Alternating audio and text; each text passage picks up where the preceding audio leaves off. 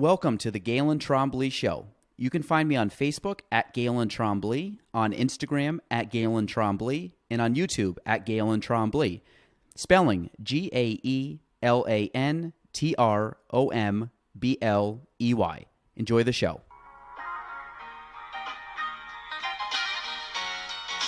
Welcome to the Gaelan Trombley Show.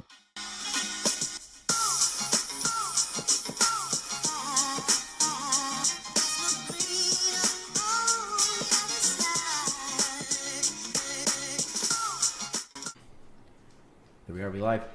Episode 77, Gaelan Trombley Show. I have Daniel Valenzuela here, and Danny is a special education, or the special education principal at CVES at the Plattsburgh Campus.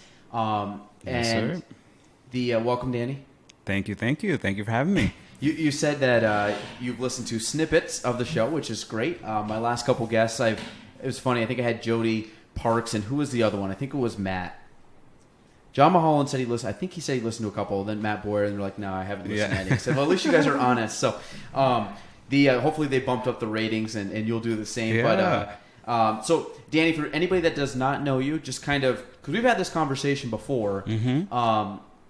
Like, how did you get to Plattsburgh? Where are you from? How'd you get to Plattsburgh? What was your I guess, MapQuest road here? Yeah, it's a weird one. I'm originally from Long Island. Family's from Long Island, New York City. That's been my vibe growing up. And then I went to school at SUNY Potsdam. And from SUNY Potsdam, long story short, struggled with school, but got my act together and figured out what I needed to figure out. And then at the time, it was when the economy was going down, kind of like it is now. It was 2011-ish, 2012. And there were no teaching jobs back at home. And teaching jobs were really hard to find because people had gotten major layoffs. People that I knew who were teachers were working at restaurants and stuff just until this passed. So I had gotten an offer at Potsdam to stay as a teacher. And for a second, I wasn't going to take it because I didn't want to stay. I wanted to go home. I wanted to get out the North Country. And then I took that job. And taking that job was the game changer for me to be in the North Country as long as I have. I just had the right mentors, right people at the right time, was teaching for 5 years, and then got my administrative degree and landed an internship here in Plattsburgh, and I've been here since. So, and you said you taught at Potsdam. Was it the school, college? I taught for the BOCES region there, St. Lawrence Lewis BOCES, as a special education teacher over there for an autism program. And then through connections and stuff, you transferred over to the Plattsburgh area. Yeah. So I think I asked you before, but what brought you to Potsdam to begin with? I'm always fascinated because Potsdam, Plattsburgh, very north, very rural, very cold. And when you see a lot of kids from Long Island, the city that come up here, I always wonder, how did you hear about it? And then what enticed you to come up, 4 or 5 hours north, maybe 6 hours actually at Potsdam? Going to college was a big thing. And I was a music kid in high school. Like, I was really into music, performing. I did a lot of dancing, a lot of, I played the saxophone. I was in choir. I had a lot of great musical opportunities when I was in high school. And so, but through that, specifically through dancing and seeing my friends, like, you don't have to be good. Like, you can be good, but you have to be amazing to, like, make a living out of this stuff because it's really hard. So I would see the hardships of my friends who were very, very talented. A couple friends who I've had been Rockettes. I went to a dance studio that exposed me to a whole new network of people. And these are great trained dancers, and it's hard. It's hard to get jobs that you can make a successful living out of. So I saw that side of it too. So I found Potsdam because I was contemplating auditioning for Crane on my saxophone. I played the alto sax. I was in marching band. I was in wind ensemble, jazz band, and it was really my niche. But then I decided not to because I saw what happened to some people, and I was like, you know what? Music's more so a side hobby, de-stressor. Been through a lot growing up, so music was always use that to get it out. Yep. And I was fearful that going to school for music would make it turn into a negative because I have heard of that happening at the time. And so I found Potsdam because I could still pursue an education degree while the Crane School of Music was attached. And so between the Crane School and the dance programs and things they had there, I didn't necessarily have to be a major there to tap into it. And that's what I really liked. I could still pursue, in my mind, thinking something that was a plan B, something that will give me a solid 9-to-5 job where I have a steady income for the most part as a teacher. We'll get into that. But then I was able to tap into the music stuff while I was there, which was great. I tapped into the dance program, tapped into some music stuff. I was in an a cappella group called the Potsdam Point Accounts. And so that was a really cool experience. So you can sing too? A little bit. Yeah.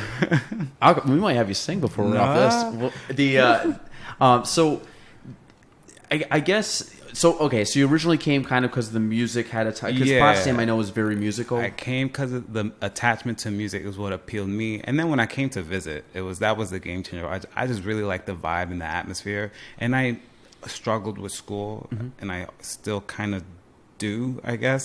So I needed that smaller type of campus vibe, because if I had gone to SU or any of those NY big schools, you're just a number in those schools. So I like that. You would have got lost a bit. Yeah. In the shuffle. Yeah. Now, did you recognize that? I mean, obviously you were 17, 18-year-old kid at that point, so you were pretty aware of yourself at that point, knowing like, hey, I need a little extra, maybe a little smaller campus, a little more maybe one-on-one attention, or maybe even a quieter setting, maybe to think or study or whatever. You know, it's interesting because a lot of people wouldn't know, but I was actually going through one of the most traumatic experiences of my life at that time. Oh, really? Yeah. And I needed to get out, and school was my way out. And going away was the best thing to happen to me. It allowed me to find myself and figure out who I was, because at the time I had this facade that I knew who I was, but at the time I was going through some intense family things, personal things, and just needed to rediscover who I was. And going away to school was the thought at the time for me to do it. I didn't want to. I was scared. Yeah. I was, one of those where you chicken out right when it's time to go, but it's the best thing to happen to me was to go away. And now you obviously like being up in the North Country. I'm learning to love it. Yeah. You've been here. Are you 30 yet? I am 32. 32. Okay. Yeah. I know you've told me this. My memory's terrible. But you've been up here for over 10 years now. Yes. Between the two, like between college and then Potsdam and I Plattsburgh. got here 2006 and then graduated undergrad 2011, my master's at 2012, and then 2012 till 2016 was in Potsdam, and then September 2016 transitioned to Plattsburgh. Cool. So now, okay, so like the music stuff, can you still play saxophone? Is that still like a hobby? No, long story short, I had jaw reconstructive surgery when I was like 21, so I can't, it's not the same anymore. Yeah, the shape and stuff of the reed and all that. embouchure and all that stuff. So it's unfortunate, but it's not the same. So I don't play anymore. But any like guitar, piano, picked up any of that? No, but I'm surrounded by it all the time. Yeah, good. So because that's the one thing a lot of, it's tough. Do you find like your passion? Because I had Sam Morris on here, and she did Irish dancing, and I've had a couple people that or whether they own a gym or something where they have a like it's more of a hobby or a passion, then they try to turn it into their business because they have a passion for it.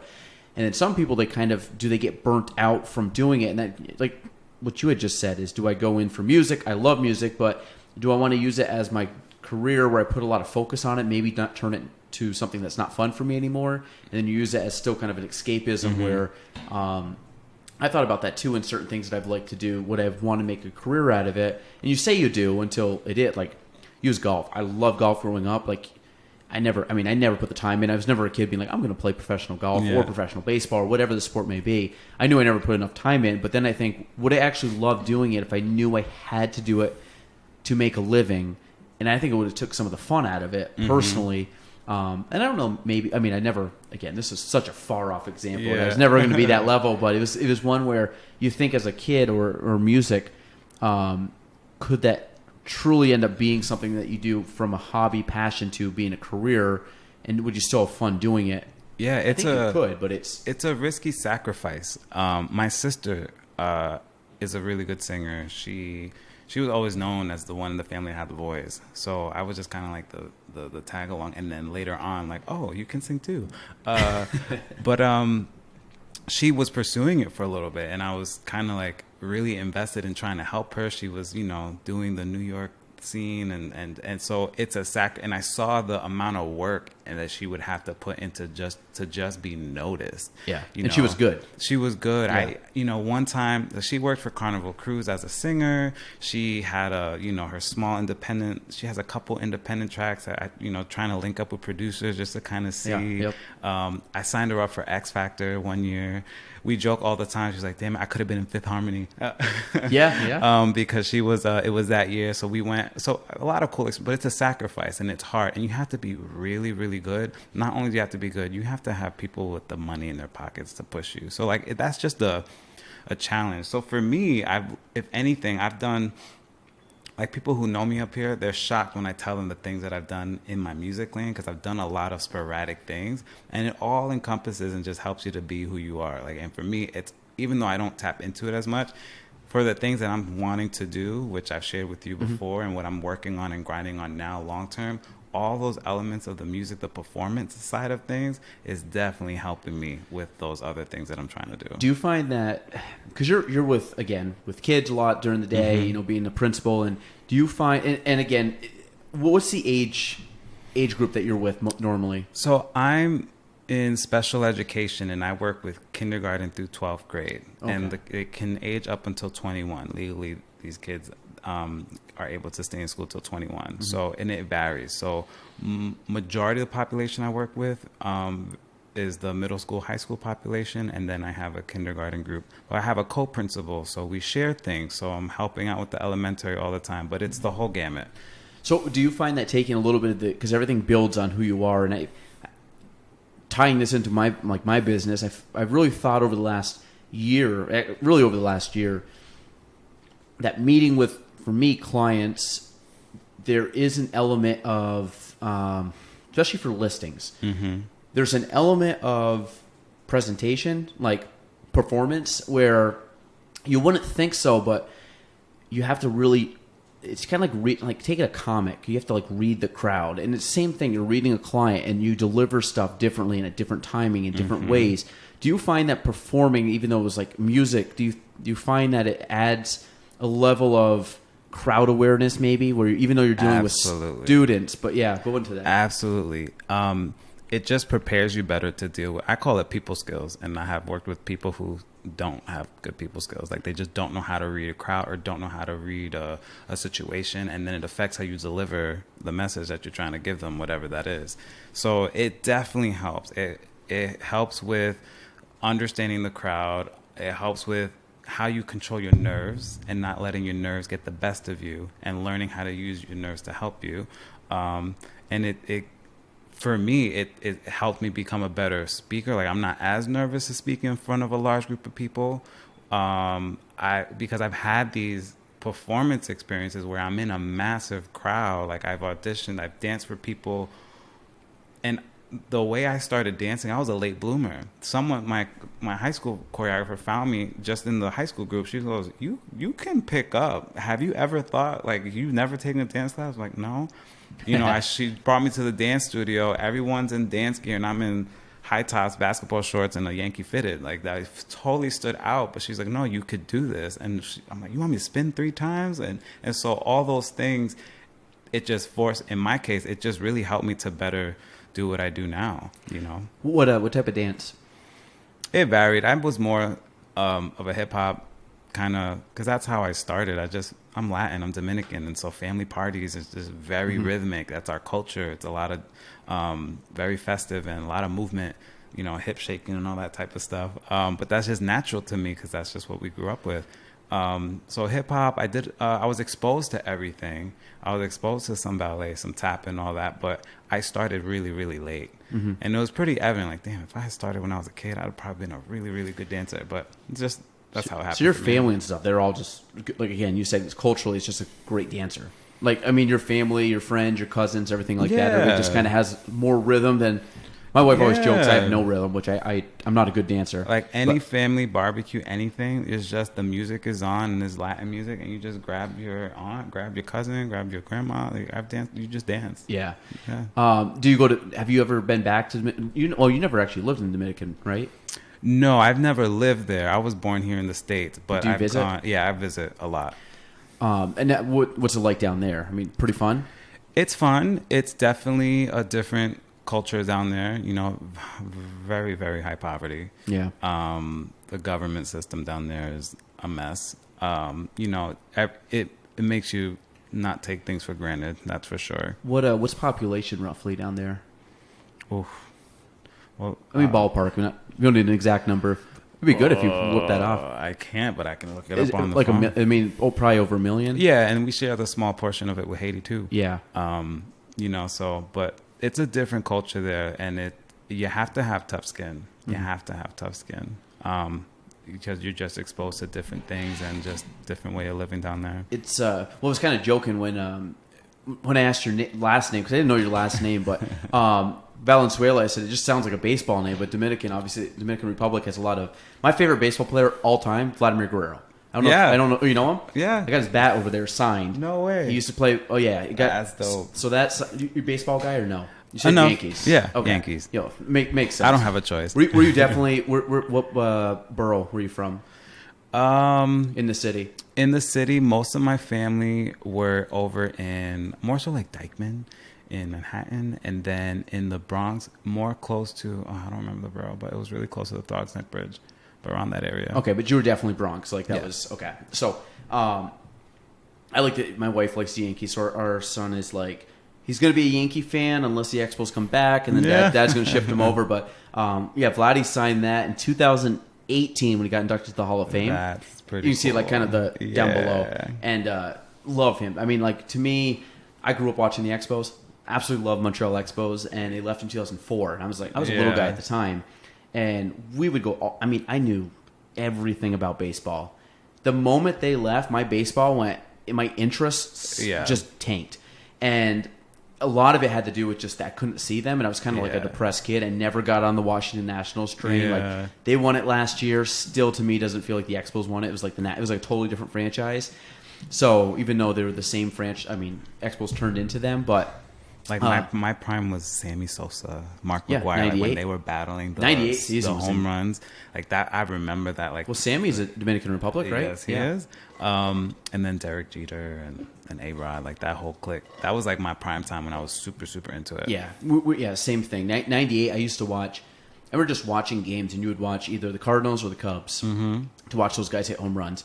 And it was funny because like they were hitting home run every third game at least. Seriously, yeah. It was so cool to watch, and a couple games they'd have 2 home runs. You're going crazy, and luckily I saw both those guys play. I saw McGwire in 98, and I saw 97. I saw them the year before, and then I saw them throughout because they were National League, so the Expos played them, so they'd always end up playing them once a year. So I saw them a couple times.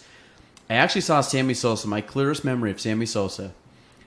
My clearest memory of Mark McGwire is he hit a pop-up ball and it hit the ceiling at the Expo Stadium. I remember that. I don't know how high up it is, but it hit and they had to call it a dead ball. Yeah. So I think he was automatically out, or I don't know. It was a weird situation. Sammy Sosa, great baseball player. I forgot who it was. I think it was Rondell White I think it was Rondell White. He hit the ball. Sammy Sosa playing right field, went down to trap it, and he did one of those where you kind of like go on your side, put your knee up, and you kind of just put your glove down, and he pulled the glove up a split second too early and went through his legs, rolled and hit the back wall. So by the time he ran through it in, he hit an in the park home run. That was probably one of the worst plays of his career, and I saw it. But I think it was Rondell White, who's another great Expo player, ended up scoring, and it was just like, of course, in the park home run. You're like, that doesn't happen often. So, but even in sports, that gives you the same type of performance vibe. 100%. For sure. It's just a different lane, but it's the same type of vibe. One of the I've never been dancing. Actually, I'll be honest. If I can, like, was it So You Think You Can Dance? Those like TV shows when you watch like people that can dance or the groups that dance. I love watching people that can dance. I cannot dance, but if I can watch like the either single people, like you have like I guess a couple or one person dance or a group of people dance, it's absolutely incredible. Yeah, the way people can move. I think dancing is one of the most impressive things when someone can really they just really have control of their body. And then music, again, absolutely love music. Love live music. Love watching music. I watch music on YouTube a lot. Like people that I just like watch performances, and I don't know why, but I'm not a very good musician. I played I played French horn up until 9th grade. Okay. Wasn't good at it. Like when I say that, I never put any time into it. And then I started dabbling in guitar in college, got away from it for like 8 to 10 years, and just kind of started picking it back up within the year. But not as consistent as I'd like to be. But music's incredible. I think, like, obviously you grew up like playing music, but and it started young. Like my dad was the type of person where when he'd be home from work on Saturdays around like lunchtime, to the point where it's obnoxiously loud, but he just cranks his music. And it varied from the Spanish music to he would play all kinds. He would play, hard rock and roll. He would play like U2. He would play Kiss. He would play I'll never forget the day he was like Tragic Kingdom, No Doubt. This girl could sing. Like he just is super, super eclectic, and that's what started. And then he had these little instruments at home. So in Spanish it's called the guira. So I learned how to play that. And so it was just always immersed. So I didn't necessarily like study it to be a musician. Like my really good friend, my current roommate, he's a music teacher, but I didn't study theory and learn all the instruments, but it was just embedded around me. And so you don't have to be trained in it to be good at it. Yeah, just play by ear. Yeah. There's so many people that play by ear, and it's incredible. So how did you get into, like, well, obviously teaching, or the education field, like, did you go to college wanting to do that? Was that something, or did you find out when you went to college? I went to school wanting to be a teacher. For a second, I wanted to be, when I was younger, I wanted to do computers. Like, I wanted to be into all that, creating games coding and apps and and coding and stuff, but I just changed my mind. Then I just got immersed into the music program, and I was like, oh, maybe I could be a music teacher. But then I just got into teaching just because I just had, I grew up in a school district at the time that was not the worst, but it definitely wasn't the best. And so it was a culture and an atmosphere that was very urban, which I loved. It gave me the tough skin, and it gave me the persona I needed to be doing what I'm doing now. But I just had, and in those environments, when you find teachers that impact you, it's big, so I just had the right teachers that kind of impacted me in a certain way that I wanted to be a teacher. And I thought I'd be good at it. So, and then to me, I was like, well, if I go to school to be a teacher and then tap into the music thing, if that doesn't work, I'd be a teacher and I'd be able to start working. And that's how I went. I went in as a teacher, but I struggled in school bad. I struggled really, really bad. Was it learning? I mean, was it like doing the work, or was it just like the learning curve? And just it was doing the work. I wasn't like the partier type. Like I'd had my fair share, just like anybody else who goes to college, but that really wasn't my scene. I was just not prepared.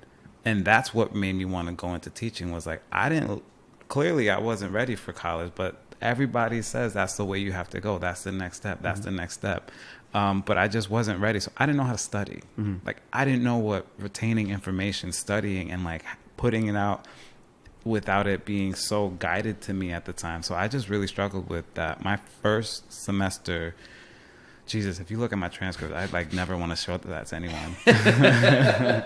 But you see, I got academic probation my first semester. I got kicked out my major 2 to 3 times because I didn't have the GPA to Same sustain major? it. Yep. Wow. Yep. Twice. GPA wasn't high enough, so I got kicked out. So I had to redo classes. And I got back in, I got the GPA. And then the same thing. No, GPA is not high enough, so I had to retake stuff. So I got kicked out twice. But someone probably said, why didn't you change your major? I was like, I didn't want to. Like something just told me, I just had something that said, no, you gotta keep doing it. Was it always special education? No, it was just general ed. Special education happened by accident. And it was the best accident that ever happened to me. So do you find, I mean, was there any tie-in with special education tying in with potentially your, struggle learning, or struggle, let's say learning, but struggle like kind of adapting or retaining information? Did you find like, because obviously special education it's kids that, whether whether it's behind in learning or whether it's, or it could just be, behavioral or stuff. But I don't know, because I've questioned that, because I've never been diagnosed with having anything like a learning disability or dyslexia or anything like that. But as I've learned and immersed in the field, I'm like, I clearly had some type of glitch with what was being presented to me and how I retained it and connected the dots. Like I struggled with connecting the dots to concepts. But then I just had to figure out, how to maneuver around it. Well, because I think there's times that, and I think it's self-conscious. You don't think of it. I think it's just like maybe it's just for some reason you were pulled into that, but you probably found something within that field maybe dragged you into it, and that's why kind of going to, again, special education at CVES versus going to different schools. You're going. What started it was. It stems from struggling with grades. So the morning of my undergrad, I finally got the grades got put out, and I found out that I got my GPA to a 3.0. So when I got that morning of graduation, immediately I was like, boom, I'm applying for the special ed master's program, because it was a literacy one that the GPA was just a little bit lower. But at the time, it was like drilled in my head, you'll always have a job in special ed. There's no jobs right now, but special ed, you'll always have a job, just because it's a tough field and not a lot of people can like to go into it. So in my mind, I was like, I've never done special ed, but I'm going to go get my special ed degree because that's going to make me more marketable. So that's how it started. Then I got into special ed. At the same time, I had a friend of mine. My life was a mess at the time. I decided to stay the summer in Potsdam. The job that I had didn't fall through. So for a 2-week window, I was dirt broke and poor. Like I experienced like not having money for food for 2 weeks like this. And I was just about to call my parents, be like, I can't do it. I got to come home. And my friend was like, no, apply for BOCES over here. Apply for this. Apply for this. I get you in as a TA. So I got... This is in Potsdam. In Potsdam. Gotcha. Had an interview, and that's where I met my mentor. Interview for a teaching assistant position down there. And so I got in, and I was a TA full-time during the day, and then did my master's program full-time in the afternoons, which was an insane schedule. It was a grind. But with it was perfect for me, because everything I was learning in school, I was applying it hands-on in the classroom during the day. So that connecting the dots thing was synced up because I was doing it. So that's what got me. And then the TA position I was in was in the autism program, working with the kids in an ABA program. So that's how I got involved in special ed. And then this program I was in with the kids with autism, I had never seen anything like it before. They didn't teach you this in school. It was a whole different world of how to teach these high level need of kids. Like I mean, some aggressive kids, nonverbal kids, and I'm wearing jean jackets. I'm wearing, protective equipment, to really help these kids out with their, so it at first you become scared of it, but then once you get to know these kids, they get into your heart right here. They tug at you, and then you just really want to do your best to make them do better. And that's how it just went from there. Do you think it's almost like a parenting instinct a little bit? Kind of. I don't have kids, but yeah. The way, so when I had my son's 2.5 years old. So when I first had my son, like it just felt like don't get me wrong, I like kids, but it wasn't like, I think I don't really gravitate towards kids that aren't my kids, really. But as soon as I had like a kid, it was like, holy crap! Like there's almost like something biologically that just like switches in your head that like I have a kid, and like for some reason now I can be a parent. Yeah. And I know it's weird, but it was a weird feeling, but I actually felt the moment where it was like I'm now at the level where I'm like I'm not a kid, and I'm responsible for somebody else. Yeah. And whatever it is, I don't know, just like, it's like a weird thing to explain, but it just kind of hits you. Like now you're responsible for this person. Now everything you do, most decisions that you make are for this little person that literally, and I remember looking, and I'll tie this back in, but like, I remember looking at my son and kind of thinking in my head, like this person, this little creature absolutely has no, like, is 100% reliable on me. Meaning everything that's like involving, this baby to live or survive or grow is 100% on me. And not in the sense of like, don't forget him in the car kind of thing, but just in the sense of like everything you do, decisions you make, me like making decisions personally for myself is going to affect this child. And it was a weird experience. I mean, not an experience that you were scared of. It was just kind of like an experience like, okay, now I'm ready to do this and I fully understand. and it's not. I mean, it's obviously not fully the same, but I think you get to the point where it parallels. It parallels, yeah. Absolutely. Like you look at it. This obviously it's not your child, but you're responsible I would say in a very significant way for this child. Meaning, and even some of these kids, you know, as you might know, or I would say might know, you definitely know, some of these kids don't have the best home life. So then when they come to see you, you're almost, depending on how their home life is, are probably a better, you know, parenting figure than some of the kids, unfortunately, they have when they go back home. So I would think that you guys, at least from teachers, I know have a huge impact. Like I have some teachers that I had in school that still to this day, I'm like, I remember they said this or did that. And it's just crazy the impact they have on you in very formative years for kids because they're really growing and finding out who they are. So, I mean, do you think that has tapped in a little bit? Absolutely. I think that experience parallels, because I don't have children yet. And that experience definitely parallels for sure. My sister has 2 little ones now. You know, one's 4, the other's 3. And I saw that happen to her. I saw that, you know, because right when that happened, she was in the midst of her music stuff. So when that happened, you just a mom mode kicked in. So she's not doing it anymore. And now she's got a whole nother path. So it definitely parallels. And, you know, let's be real. People who go into teaching, they don't go in to get paid. They go in because ideally they want to make an impact. Yeah. You know. And like it was funny because when I went to college, my mom was a teacher for 30 something years. And my dad did real estate. And I remember going in, I actually wanted to be a teacher almost up to the point where I graduated, meaning like probably like my senior year, I kind of shifted focus. And I went to college actually undecided because I didn't know which path I would go down. I ended up going into more of a business field. But I ended up, it's kind of funny because it's kind of going full circle. I ended up coaching soccer for 8 years, which allowed me to have access to the students, but I still could teach them something. It wasn't academics, but it was sports, but I still had the opportunity to try to show them something. And now I look at our office, we have a lot of agents that are younger than me. And I really look at myself as looking at some of these agents here that are almost 10 years younger than me as a teaching moment to show them, okay, even though it's not academically in school, you're still learning a skill and how to apply it. I think so. I've kind of scratched the itch a little bit of the teaching because I like the giving back aspect, and I think that's what teachers are really good at. Is they can, they have the impact. They definitely again don't do it for the money. I think it's one of the fields that gets paid the least for the impact they have on kids. But it's incredible. I think just your impact, I think, is going to go for a lot of these kids last a long time. You know, and that's the goal. That's the goal. And for me personally, I realize I'm good with people. I have good people skills. I was a good teacher. I had the right people in my corner at the right time, and clearly it's working for me. So I want to take this momentum and bring it to a whole nother. I haven't figured out yet what that other level is, but I'm going to do it. I just have to, you know, take what I've seen, what I'm learning, what I'm good at, what I need to get better at, and just how can I take the impact that I'm making now at a smaller scale before it was just a classroom.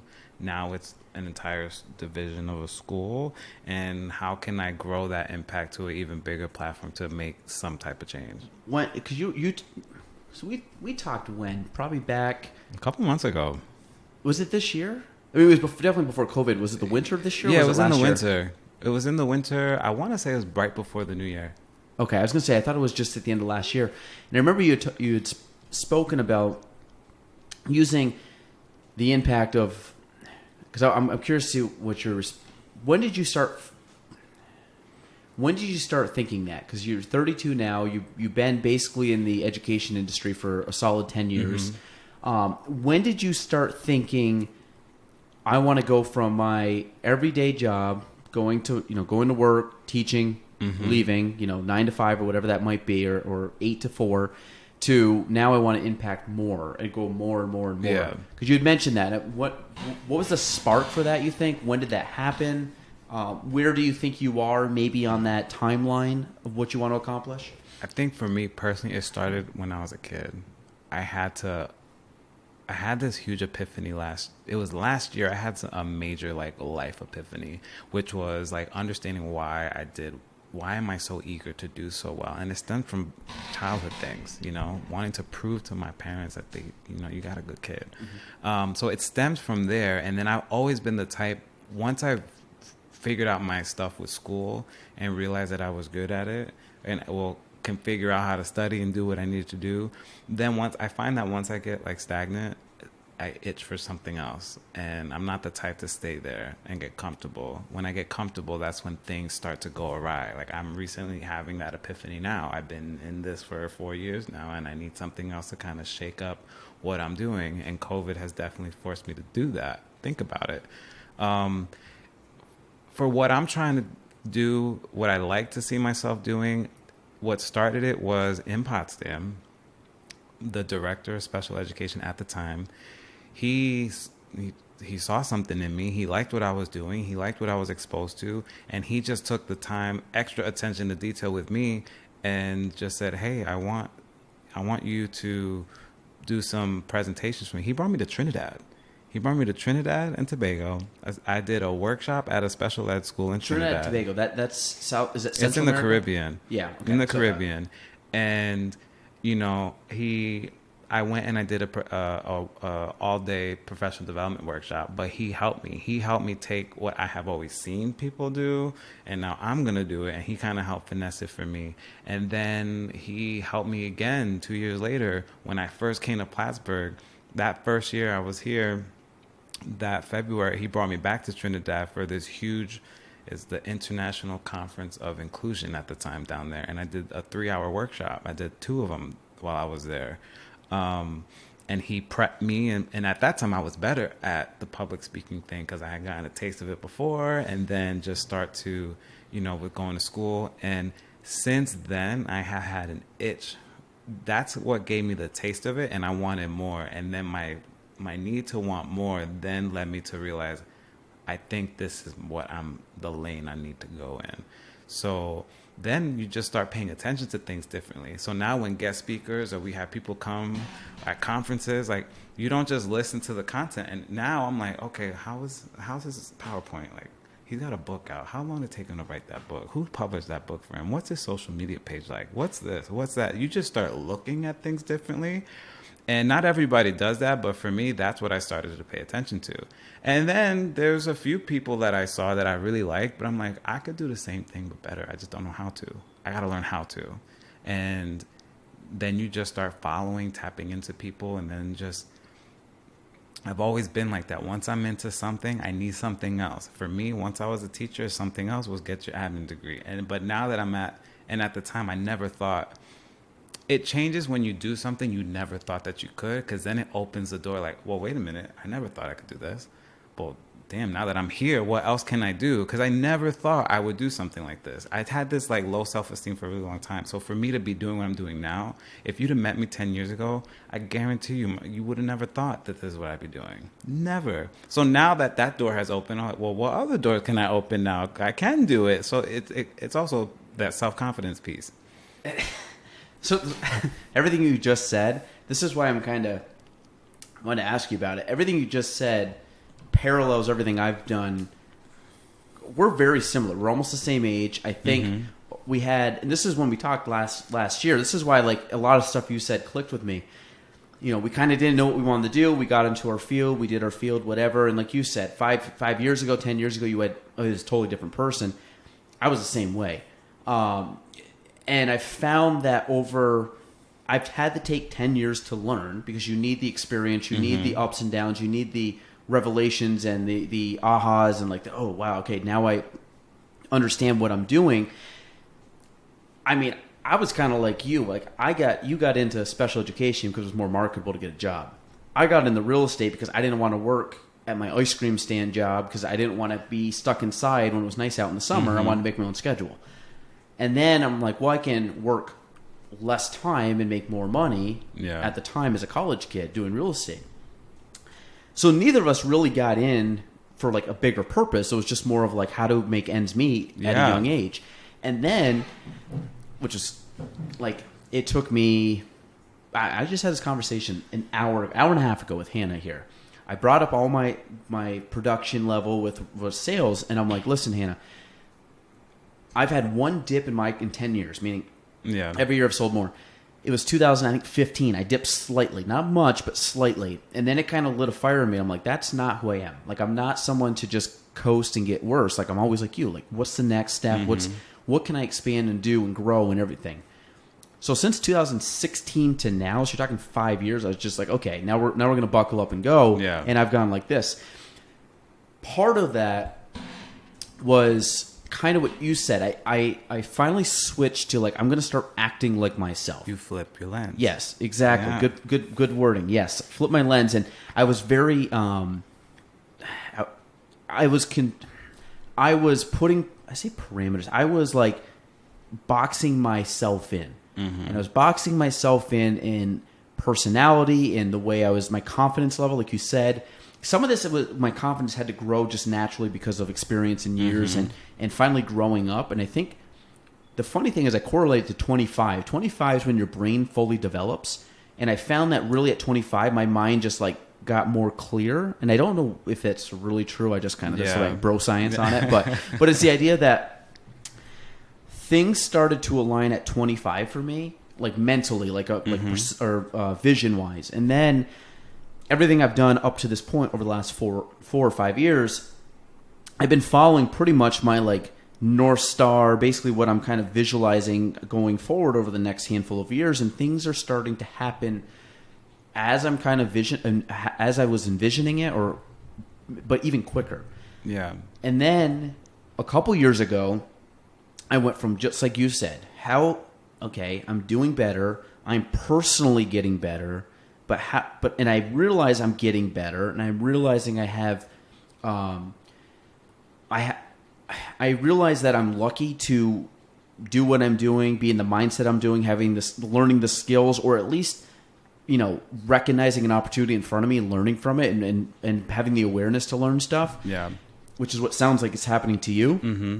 And then I've really found over the last 2 years, I'm like, okay, now I'm not going to focus on Gaelan. Now, how do I focus on more people? And I've kind of broken it down. If you take like a bullseye, like me and the bullseye, but the opposite, going out, like, then it's like, okay, how can I affect our office? And I've really focused on, because now I can affect more people. And we've done some stuff within our office, and our office has grown over the last couple of years because I put a focus on, okay, I need to accomplish what I want to accomplish. I need to accomplish it with more people. Meaning I can't do it with me. I need a group of people. I need a team. I need like just everybody kind of rowing in the right direction, both within our company and within our community. Meaning I've tapped into a lot of peers and friends locally, and I say peers. Peers is really like a 30-year age group. You know what I mean? But stuff that I want to accomplish because I want to grow from our company to our area. Yeah. And then I don't know, beyond potentially, but really it's like our greater, North Country area. In the business realm, but you're saying the same thing. We parallel so much, but we're going down to kind of two different branches. Yeah. But you almost think that you're going in two different branches, but it's almost like, did you ever watch Game of Thrones? Yes. Like, everything Game of Thrones, everybody's just kind of working towards getting that big fight. Yes. And I almost find like we're both like two people like fighting on the same side, but like we're both like ready to like take out King's Landing kind of deal. But we're like coming from different parts. And I find that like there's a lot of people doing that locally, but it's cool because you're one of the only people, I say only, really one of the only people I know within the education field, and I'm sure you know more people being in the field, but people that are really doing stuff for, like, obviously, to make ends meet in the sense of a living, but you're doing it, okay, how do I affect the kids? How do I affect the school system? How do I change the school system to better affect our area or state or nationally or worldly, from things that we're teaching kids or the way we're teaching kids or even just like having the patience to work with people that it's like, because we talked about it, like you've said, there's things that you want to happen now, but you got to be patient because it's not the right time. Yep. The right plan, not the right time. So, there's a certain level of like, because what you have to. I like that analogy you just used of like starting in and working your way out, because you have to identify yourself first, and like what you talked about, it comes again in cycles too. because that's what my next podcast topic is going to be, and it's reinvesting into yourself. Because you make an investment into yourself, boom, you hit the milestone that you wanted to make. But then over time, you just have to constantly reinvest into yourself, which is what you've been doing, so that you can continue to grow and do what you have to do. But catching yourself, because it's very easy to fall into that life trap of being stagnant and being comfortable, you know, and that reinvesting in yourself outside of your, you know, for your career and profession also involves your personal life too. You know, who you surround yourself with, you know, those type of elements you have to pay attention to so that you can continue to reinvest into your craft, whatever that is, and continue to grow. So I've met a lot of people over the last 4 to 5 years. Every year the people get better, meaning, and I think this naturally happens, it's just that you start filtering out people.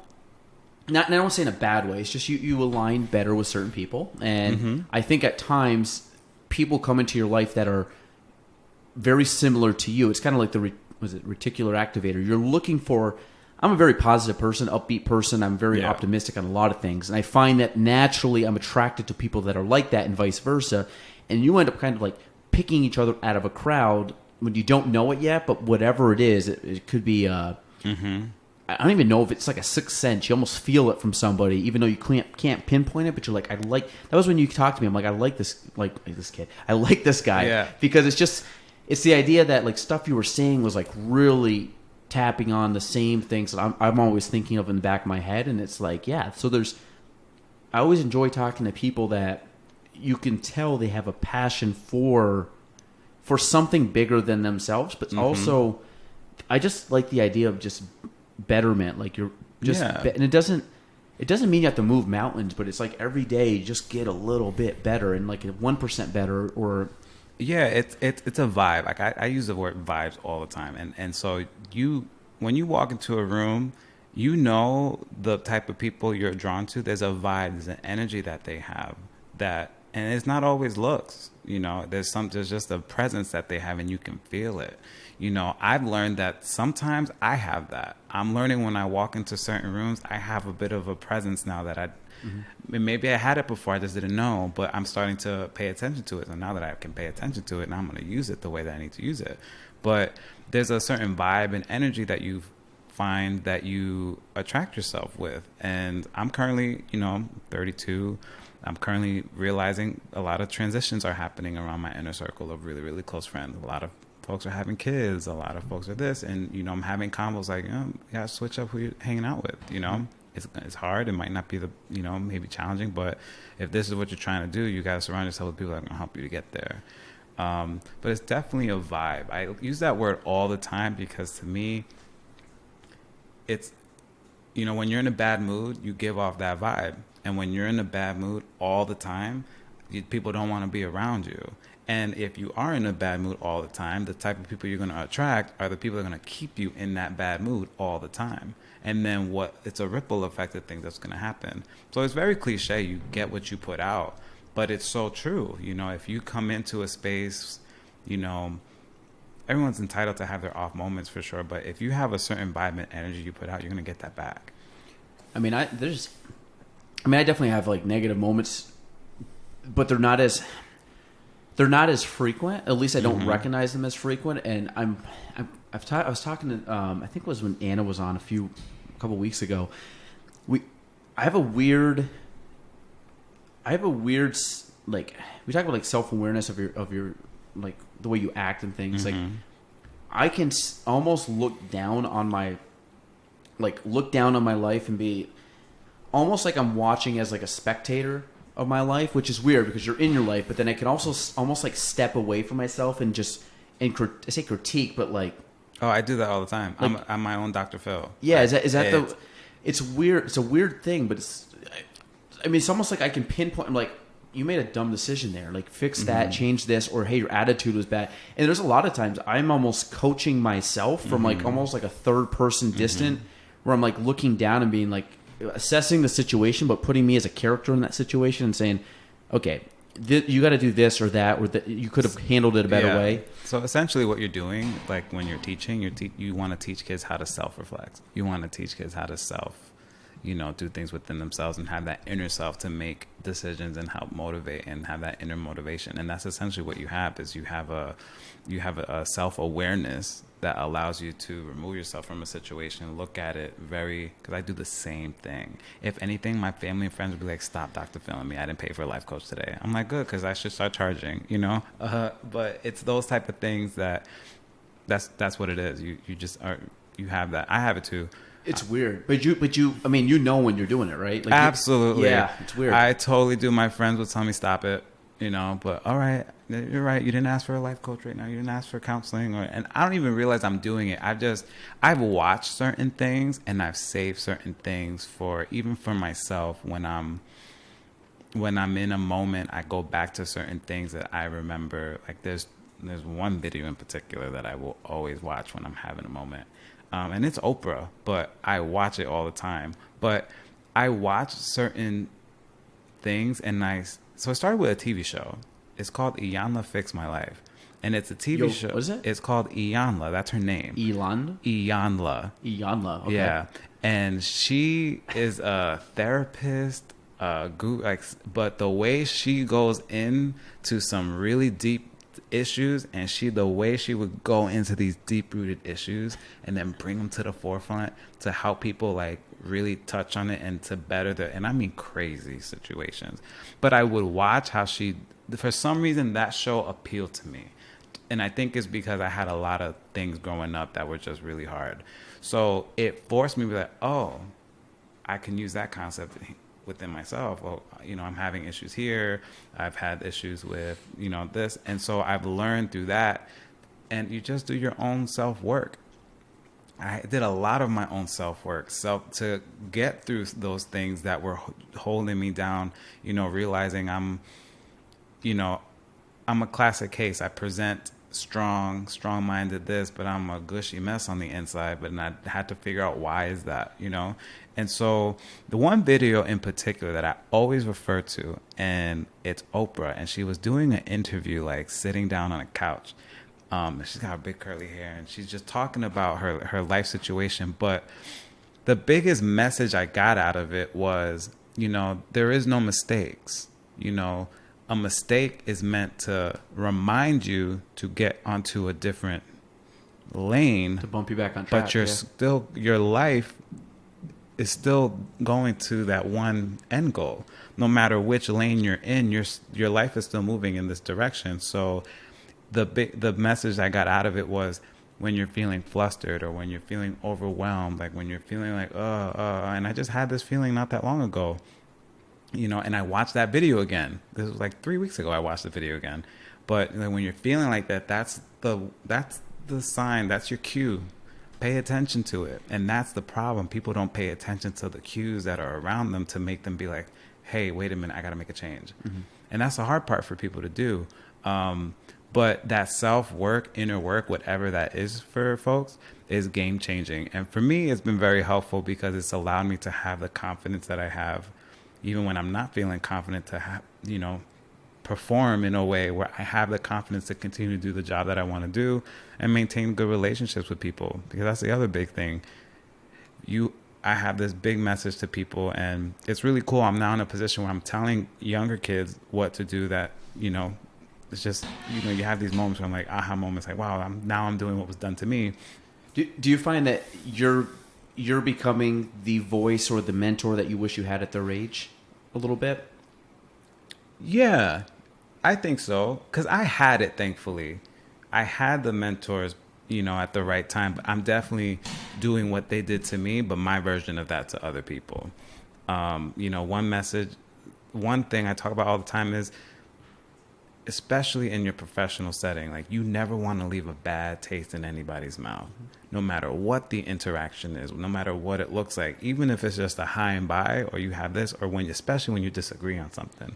There's a way you can act. There's a way you can deliver. Like, I'm Dominican from New York City. We're extra, just like, we're loud mouth. I'm used to, hands. Rah, rah, rah, hands. Like, you can't act like that. You're not going to keep a job if you act like that. So there's a way you can still communicate with people that is effective, where you can disagree, but they never have a bad taste in their mouth. And the reason for me why that's important is because I'm seeing it now. there's been situations that have happened to me where I'm like, okay, so when something comes around later, remember you did that, because that's going to hurt you. And that's what happens. You know, you never want to leave a bad taste in anyone, because you never know when you're going to need them, or who they know, or who they're going to talk to that may or may not mess up something you're trying to do later. We have real estate's a really, really weird industry in the sense that there's offices. Offices have agents, and they're your coworkers. Well, other offices are also your coworkers, because the way real estate, there's two sides, buying and selling. It's like attorneys. Like if you go to like court, like you kind of got to work with the other people, the other attorneys. So we, other agents, obviously we have our agents that are here, and they, to me, take more precedence and care and love and everything else, because they're, you know, I'm responsible, or I at least I feel responsible to help them grow and get better. I don't have a necessary vested interest in other agents getting better because they're not here. It's just, I mean, I hope they all get better. You know, it's just, you know, time and energy. But if I'm working with another agent that's not in our company, I look at them as a coworker. So even though they're not here, I treat them with the same amount of respect with everything. And I found that I've had a good relationship with a lot of agents. Most of the agents, I would say the same back to me. There's probably a few that disagree, but if I'm doing everything with the right intent, and like you said, if they, there's moments where I've had it the opposite way, where maybe an agent said something to me or did something to me where I'm like, okay, that wasn't cool, or I would have handled that much differently. But I'm not going to overreact. I'm not going to react out of emotion. It is what it is. Maybe they said something kind of, what's it called, snarky, or knee-jerk reaction, or said something without knowing all the facts or whatever. So I always give people the benefit of the doubt. And hey, maybe I'm missing something. You know, I don't want to say you're wrong, where maybe I'm just overlooking something, and then it comes back, and then I look like, you know, the guy that didn't do his homework or due diligence. So for me, I always give people the benefit of the doubt, because again, even if they say something to me that might kind of tick me off, or maybe put a bad taste in my mouth about them, I don't want to reciprocate that where they feel the same. So if anything, I know if we ever have a transaction to do again, they're not going to look at me and say something like that guy said something negative, where I could say the same about them, but I'm not, like, I got thick skin. I'm a big boy. I can get over little things like that, which again, I give the person the benefit of the doubt. So in the future, I look at it as we can still have a lot more wins in our career together. Like agents outside our office that work at different companies. I mean, I'm going to be around for a long time. Like, I'm going to work with you every year, multiple times every year. So we're probably going to have, you know, tens or dozens of transactions going forward. Like, let's not like sour that relationship in 2020 when we're still going to be together in 2040. Exactly. It's important. It's totally important. And you have to have, and it's a skill that I'm finding is really hard for people to understand, which sometimes it blows my mind, but then sometimes I get it sometimes, but you have to have that decent interaction. And like, I'm in it now as a principal administration. Like, I didn't realize how much politics comes into play. And I also didn't realize, because I was just naive to it, because I was just focused in my little box of a classroom, but I'm a whole nother layer that's connected to the governor. And so, you know, for example, this COVID stuff, like, this is just, I'm attached to politics on a whole nother level. So I'm seeing how politics work. I may not necessarily like it, but I'm going to learn how to play it. I'm going to learn how to maneuver this political game of what's out there. And it's not all bad. It's just the way that it is, you know. Thankfully, I work with some great people. So I'm very fortunate in that sense. And they mentor me, and I learn a lot, and I see things. But I also pay attention to things, and I see how things operate. And that's how you learn. That's a street smart thing, though. I learned that from home. I learned that with interacting with people.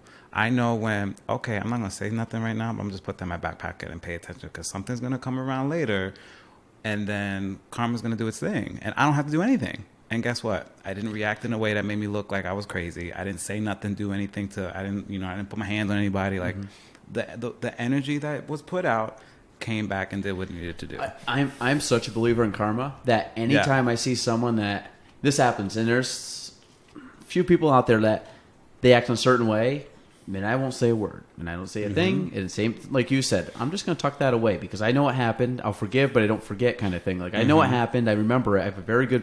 I think people I'm one of those guys. I think I'd be very good at poker.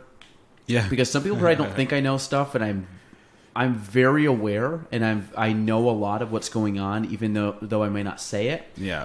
So it's kind of like, when you're a kid and you have that, like, your dad or your friend's dad or something like that just kind of seems like they're oblivious, but they're not. Like, they just don't say anything. Yeah. Kind of that. Like, yeah. Like, I know what's going on, but I'm a big believer that I don't have to say a word. I don't have to. We have a weird system, too. Like, you self-police everybody. Yeah. So, like, if you do something that people think is wrong, they can, like, turn you into the board, and then it can be turned into, like, almost like a little court case kind of thing. Yeah. And I've had my fair share of being turned into the board. I've never had anything come from it, but it's just like people accusing you of something.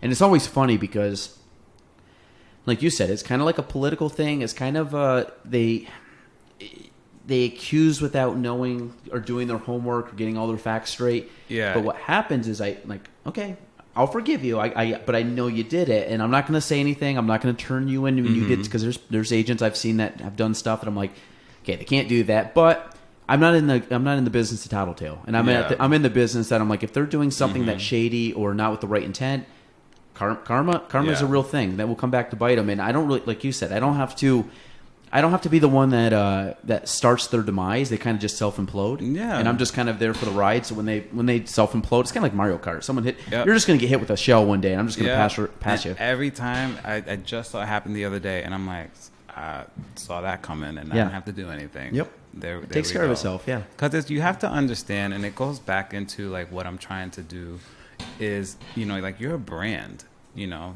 If you look at it through that lens, anything that you do, you're a brand. And then now with social media, now you definitely can be a brand. And it's just a matter of how, people's perception of you.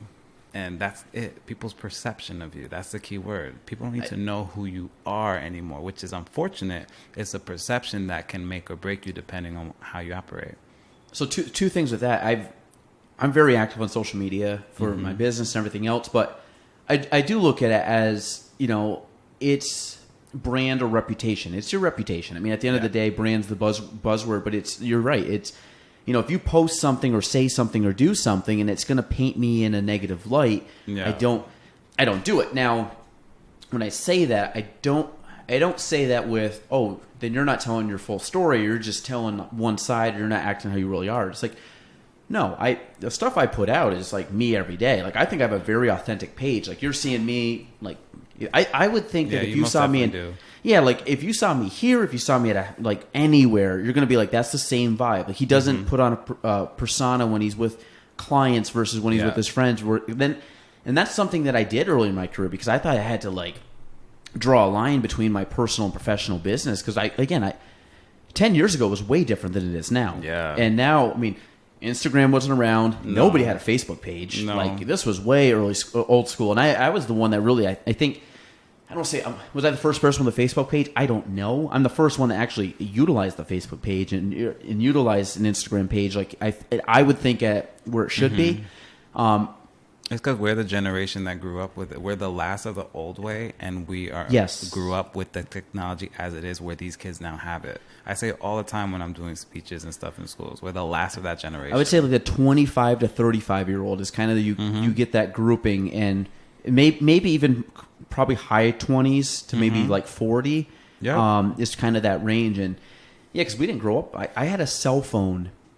I remember getting a cell phone in 10th grade, I think. I don't think I ever used it. I got a new one in 11th grade. I got it for Christmas. I didn't activate it till like 3 or 4 months later, and the only reason I did was because there was a girl that was talking to me at the time, and she wanted to text me.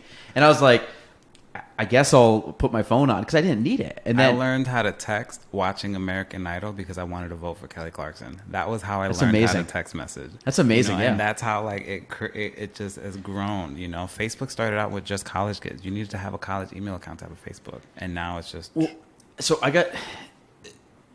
Yes, wait. I'll come back to that. Where was I before with the social media?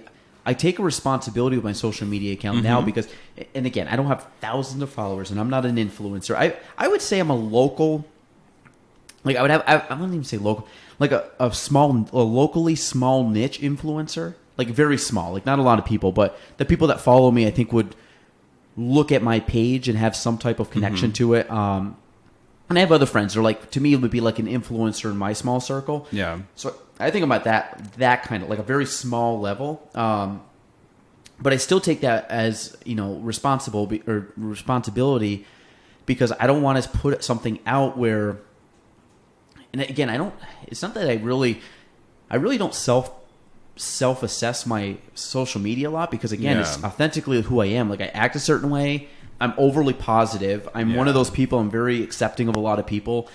You won't see me have political arguments with people because I don't care enough about politics, and I really don't care about I've always looked at politics like nobody cares my opinion, and I don't really care about anybody else's opinion. So like I'm just not going to talk about it. So I don't really find any issues where I'm going to really have a hard. I mean, will I argue with somebody if I have a really strong opinion on it? Sure, but you're talking like real estate, and like there's not a lot that I have a strong opinion on because I'm not an expert in a lot of things. Like the same thing for you. Like I'm not going to argue with you on education because you're going to blow me out of the water with that. But you could have a very educated conversation on education or things that you're passionate about, where I'm not like politics. I'm not there because I don't do enough homework. I don't watch enough. I don't, to me, it's just kind of a bunch of, it's kind of a circus. So I just kind of try to stay away from it. But as you said before, I realize politics. I realize, like you said, COVID. I realize guidelines. I realize state government stuff. And I'll play within the rules, and but I adjust to it. So I don't get down, and I'm kind of the positive. Okay, well, here's the hand we're dealt. We'll make the best of it. And it happens. You might be going down an avenue that works perfectly, and that avenue eventually closes its doors. And like, okay, now I just got to readjust. It's almost like, you ever watch Price is Right? Plinko? Remember Plinko goes down? Yeah. That's kind of like you said, life. You go down, you keep hitting those things, and eventually you go down in the center slot there. You're still gonna hit that slot. It's just a matter of how you get there.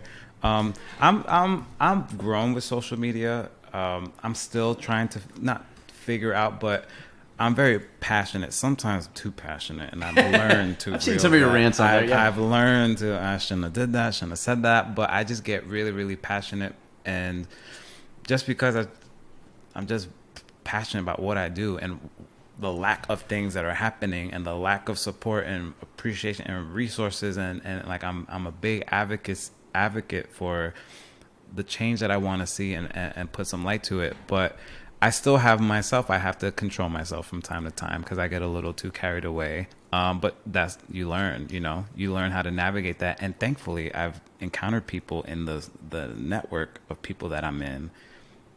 I had one person send me a message. Hey, I really like what you posted, but you shouldn't say that. Take that down.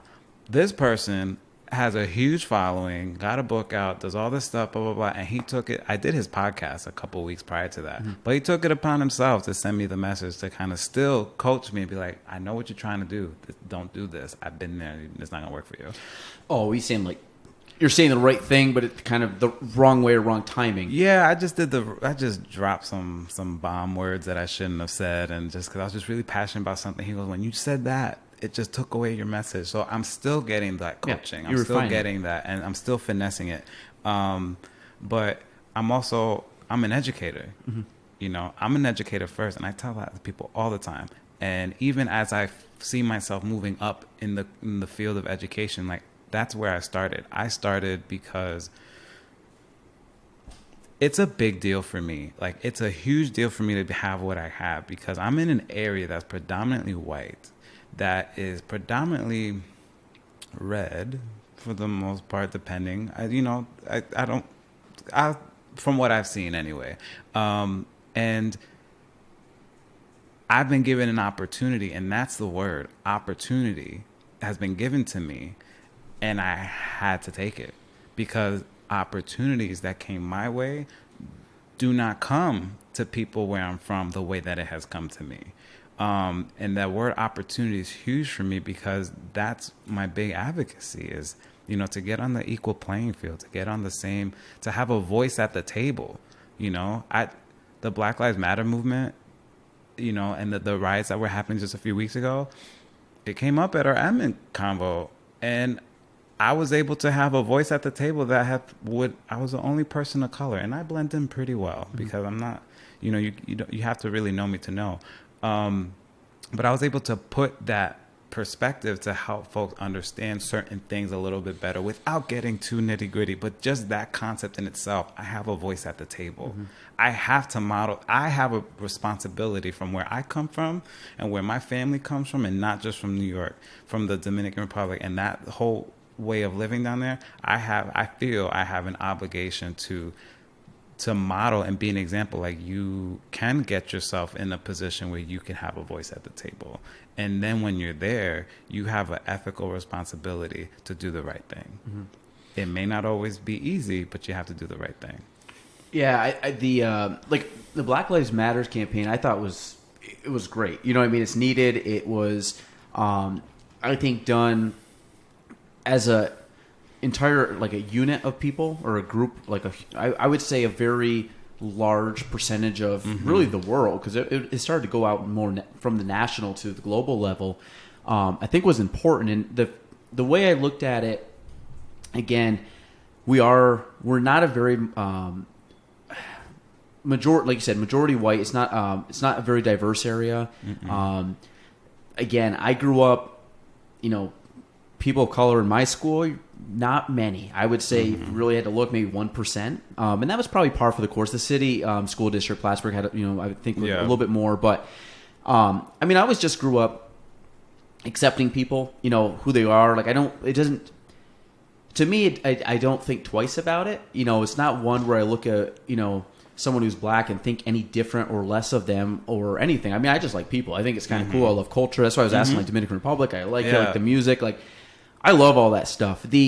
But again, I'm also one of those people that I'm fully aware that I'm a white guy living up in a very predominantly white area, where even though I might think that stuff is, I might think, okay, I get it. Like, there's definitely injustice and there's definitely, not a level playing field.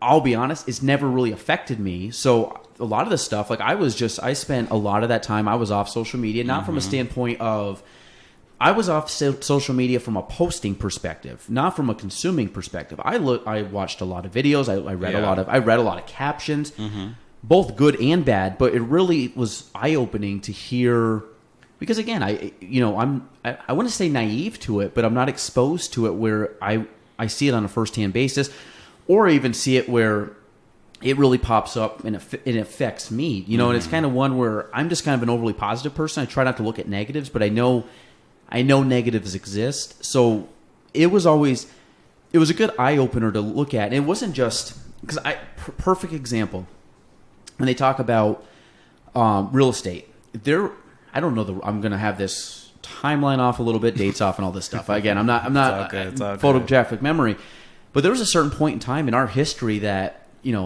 black people were not able to get loans or buy in certain locations for homes. Redlining. That's it. Redlining. Perfect. Thank you. So so then I look at our own industry where you could think, well, hey, that doesn't matter. That was 70, 80 years ago. But think about this. That's only 1 or 2 generations ago. So when you talk about 1 or 2 generations ago, when you think about real estate, think about lakefront property. Yeah. Lakefront property is very high. Think in the city, okay, New York City, where you grew up. Like, there's a lot of places that were higher end homes and locations. They were probably all snatched up in the early 1900s, late 1800s, before, black people could not, or people of color could not purchase those homes. So what happened? Those homes stayed with those people. The appreciation, the value of everything went up. They turned into the projects or the ghettos that were primarily, because I learned, this is something I learned, that redlining, ethnic groups were forced into those locations. Yep. Well, what happened was when they got forced into those locations, they weren't able to get the jobs to buy those homes. So most of these places that, again, real estate's a long-term wealth driver. So you take, I'm just going to say hypothetically, the 1940s, 50s, and 60s, maybe 70s, like that, just that ballpark, with civil rights and all that. Yep. You're talking a time period where there wasn't a level playing field to buy a long-term investment, that things are paying off now that was never given back then. I never knew this. Like, this is something in my head. I'm just like, you don't think about this. And now you realize it didn't affect you. Well, it didn't. It didn't affect my inner circle. It didn't affect. it directly affects our generation, but not from reasons that we had a hand in. Mm-hmm. Meaning, I wasn't around then. People our age weren't around then, but like our grandparents were around then, and they, at that point, even if it wasn't like my grandparents had nothing to do with it, it was still the generation where people of color, their grandparents were told no, and they couldn't do it, so they were already behind the 8 ball, or the generation where they couldn't increase that wealth. They couldn't start that generational wealth. They didn't start really growing that generational wealth until probably our parents, or even our generation, where they're now maybe the first time they can actually step out and say they can buy real estate. Again, real estate, you don't make money in real estate overnight. It's a long-term investment. So you take, that. So I look at that, I'm like, that makes sense. It makes total sense. And I didn't know that. And that's something that I've been able to learn over the last 6 to 8 weeks. The whole concept of redlining is a key piece to understanding the systematic oppression that everyone is referring to in all this. Yeah. And to me is the underlying message. It's, I'm not going to go into too deep of a rant because I could go for forever. But it's just understanding that concept, because redlining is a huge piece of that puzzle as to why it's still a problem. And so to the people who, like you said, it never affected you, it's harder to understand why things are the way that they are. Why, you have the same opportunity. I just had someone from home, someone I really grew up, cared about, said something, and it pissed me off. But, you had an opportunity. You were able to do better for yourself. Everybody else can. And I'm like, don't say that, because that's not true. It's true in the sense that I did the work that I did to get myself out, but the system is set up in a way that not everybody has the same even playing field. And so what you're seeing right now is a reaction to that, of people who are fed up of not being held accountable across all levels. That's what it boils down to. If I do bad at my job, I get fired. If this person does the same thing I did and doesn't get fired, there's a problem. Yeah. How is that not fair? So that has, and then social media has just brought it to the forefront. It's been happening for forever, but social media has just brought it to the forefront because now everybody has a phone that can record it and put it out. So yes, you do have to decide what media is legit, what media is not, but it's just now brought to the forefront. And what you're seeing is, and the younger kids get it. The younger kids get it, and not just the racial stuff. They get the LGBTQ stuff. They get it because they're way more open to it and less resistant, because they're exposed to it now in a whole different way than we were when we were kids, let alone our parents. Yeah, I mean, that's what I'm saying. I'm a very open, again, I'm a white guy, straight white guy, living in a primarily white area. I would say, obviously growing up, I had a very good family life. I didn't have any struggles that I have was self-inflicted, meaning I just didn't work hard. It wasn't I would say from a playing field, I was definitely on a level playing field, if not a little bit higher, because I did, not in the sense that we were, upper class or anything, but I mean, my parents worked hard. I worked hard, but think about this concept, because I just had this epiphany the other day. I'm doing really well for myself. I'm making a salary that I'm not used to making. My parents are not used to making. So they weren't set up. My mom's a nurse, so she's working the field. She's doing well now. My dad didn't finish school, so at the time, Are they first generation? Okay, so they were born in Dominican Republic? Born in Dominican and then came out here. And at the time, during huge civil rights stuff down there, was just terrible, really, really bad. So I didn't have the influences growing up to teach me how to invest, or to teach me how to, this is how you handle your money when you got money coming in like this, or to teach you how to, buy a house, rent it out and make a profit, make an income, make an investment. Like, I didn't have that because my parents didn't know that.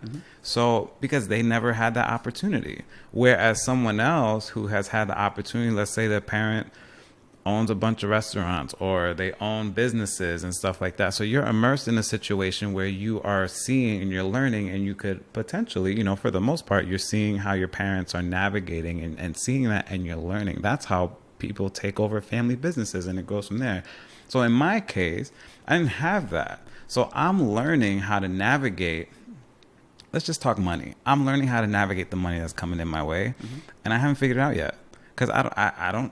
I fell into the trap of, one, I never had this money. I want to spend it. Like, what can I get? What can I get? What can I get? I've never had it. I didn't have these things. Oh, I can have it now, or I can buy this now I can help my family. I can help. I have to do all that, but I didn't have that experience, so it's different. So now that I'm here, if I have children, I'll be able to, teach them that. But that might not be the case, and so it's just an interesting concept. Like, I just, yeah, and that's the biggest takeaway I had, because again, not being, I guess being a little naive to it, because, and maybe it's just, again, uneducated on a lot of stuff, because I grew up a certain way, just, not to say that I knew everybody didn't grow up the same way, but then, again, when you go back through, there is generational shortcomings that tend, like I said, if you go back to when I was just talking about the housing situation, like, that takes generations. So now all that prime real estate was bought up before,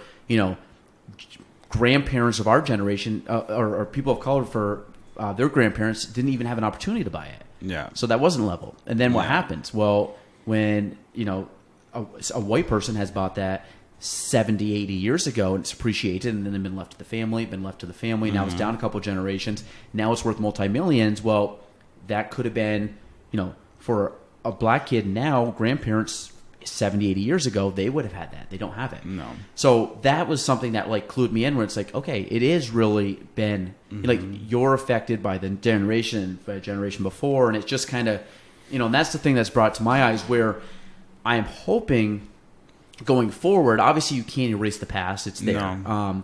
So then you look at how do we go from 2020, where we really make an effort to make sure that everybody's on a level playing field.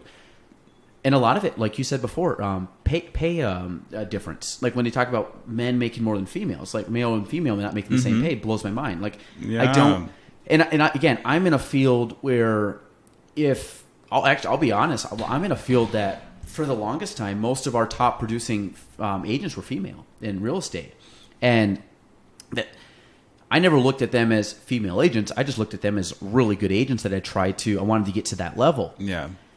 They make the same as I would. And so I'm just in a field that we all make the same. So we're not in a field where like my compensation is made on my effort, which is what I like and how it should be, I think, versus, if a guy is getting paid more than a female who's in this literally the same position, same education, everything. It's like, how is that? Like in 2020, that blows my mind how there's a gap in the there's a gap in pay. Like I get gap in pay for like I guess and again, this is something because I've had people argue too when they use like sports analogies. Well, how come NBA? There was some stat I read the other day that the entire WNBA made a certain amount of money. LeBron James in a year made like X times their entire salary himself. Yeah. I get it. There's TV rights, there's endorsements, there's attention. There's other factors. Like I get that aspect. And then I've heard, I have a friend that he's very much involved in soccer, and he was involved in female or the women's soccer. And there's a huge difference in the U.S. men's national soccer team and the women's soccer team. Mm-hmm. The women's soccer team is far and away better than the men's soccer team. There's no debating that. They're really good. I watch them every 4 years. My wife played a lot of soccer, and I've watched every single probably Women's World Cup U.S. game over my lifetime. Mm-hmm. I love like and men's too, but I love the World Cup. And there's a difference in pay, and I think they mentioned, and there was stuff he was telling me that I had no clue about. Like I was thinking, well, I get it. Like more people watch the men's games, and that's probably why they make more and everything else. But he brought up some stuff, and I forgot. I don't want to say it because I forgot. Honestly, I forgot the exact examples. But there was ways I'm like, oh, I never even thought of that, but that makes sense. Like why it should be more of a level playing field. The one thing which I've always found is, I do CrossFit for working out. I've been doing it for like 10 years now, and they do a thing every year called the CrossFit Games. Yeah. The CrossFit Games started in 2007. 2007, the men and women's champion made the same amount of money. Every year since, they've made now the first prize went from $500 in 2007 to, I think last year was over $300,000. They made the same amount of money. It's the only sport I've ever seen that male and female make the exact same amount of money no matter what. And it's kind of it's always been like that was one thing they never even thought about. It was just like, well, she's the best female, he's the best male. You guys here's $500, and then it just became here's $125,000, and it just keep growing. So, and sorry, this is where I'm going to bring it back to teaching, because it's important because that's what, especially teachers who are in tune with it a lot, it's understanding the impact that you have on a child's life. And it's my responsibility. Like, I'll never forget the day I came home from elementary school and I went to my dad. Hey, Dad, I learned about Christopher Columbus, the 3 boats, the Nina, the Pinta, the Santa Maria, and all this the little stuff. song, and, yeah. And he goes, what school tell you about that? What the books tell you? You know? And he was like, oh, that's what they told you? Here, have a seat. And then he told me his version. But, and I had that. So it's about, like, educating your student. And I say it all the time. I work with some kids who the system has already been at a disadvantage for them. I work with students, they come to me because it didn't work in their schools. And to be frank, if it doesn't work with me, their options outside of my program are not positive, and it's not good, which is why I'm a huge advocate in what I do at CVES of making sure we are doing everything in our power to impact these kids and do things differently in order for them to have a successful experience in school. And I tell the kids from time to time, the system is not set up to help you right now. It is, you have an opportunity now where you have these supports here to help make your experience different, to help impact you in a way to help you make a change intrinsically within yourself that you haven't been able to do before. Let us help you do that. And which is why we do the work that we do there. But it's important, just as an educator, to really like teach kids the importance of understanding your history, understanding the real history in order for you to do better than our predecessors. We have an obligation to do better than the people before us. Thankfully, I feel like, getting to meet you and getting to know you, like that's what you're doing. I feel like I'm doing the same thing.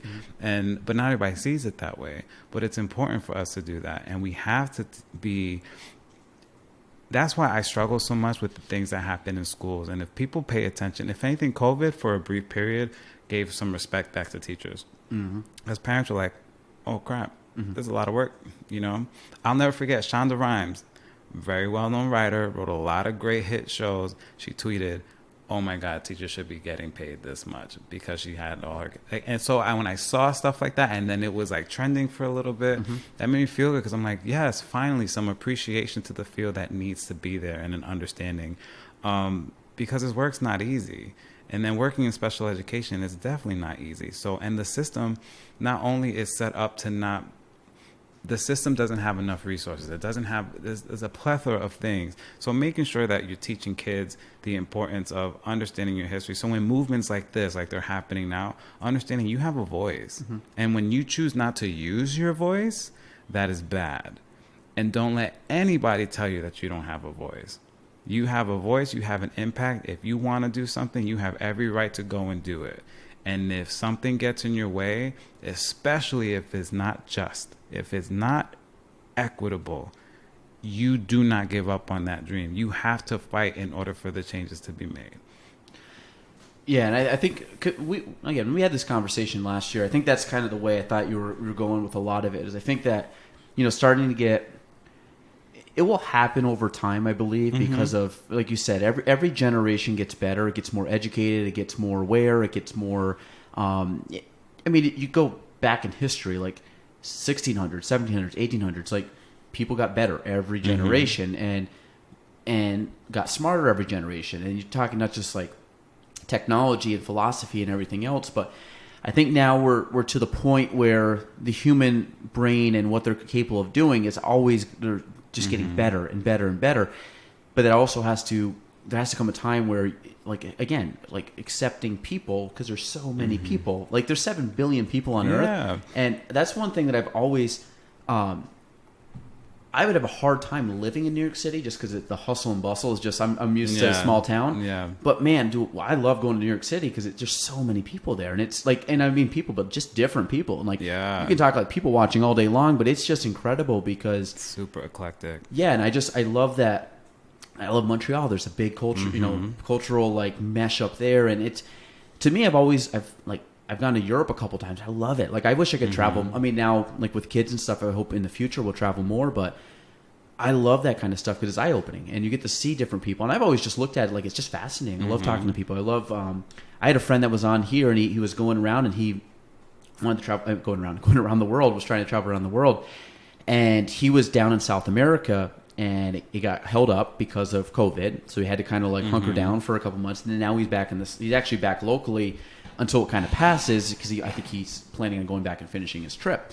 So he's going out and he's showing all these different cultures and countries and stuff, and it's so cool because he's just pretty much made it down to South America. But just in South America, you're talking Chile and Argentina and Paraguay and Brazil.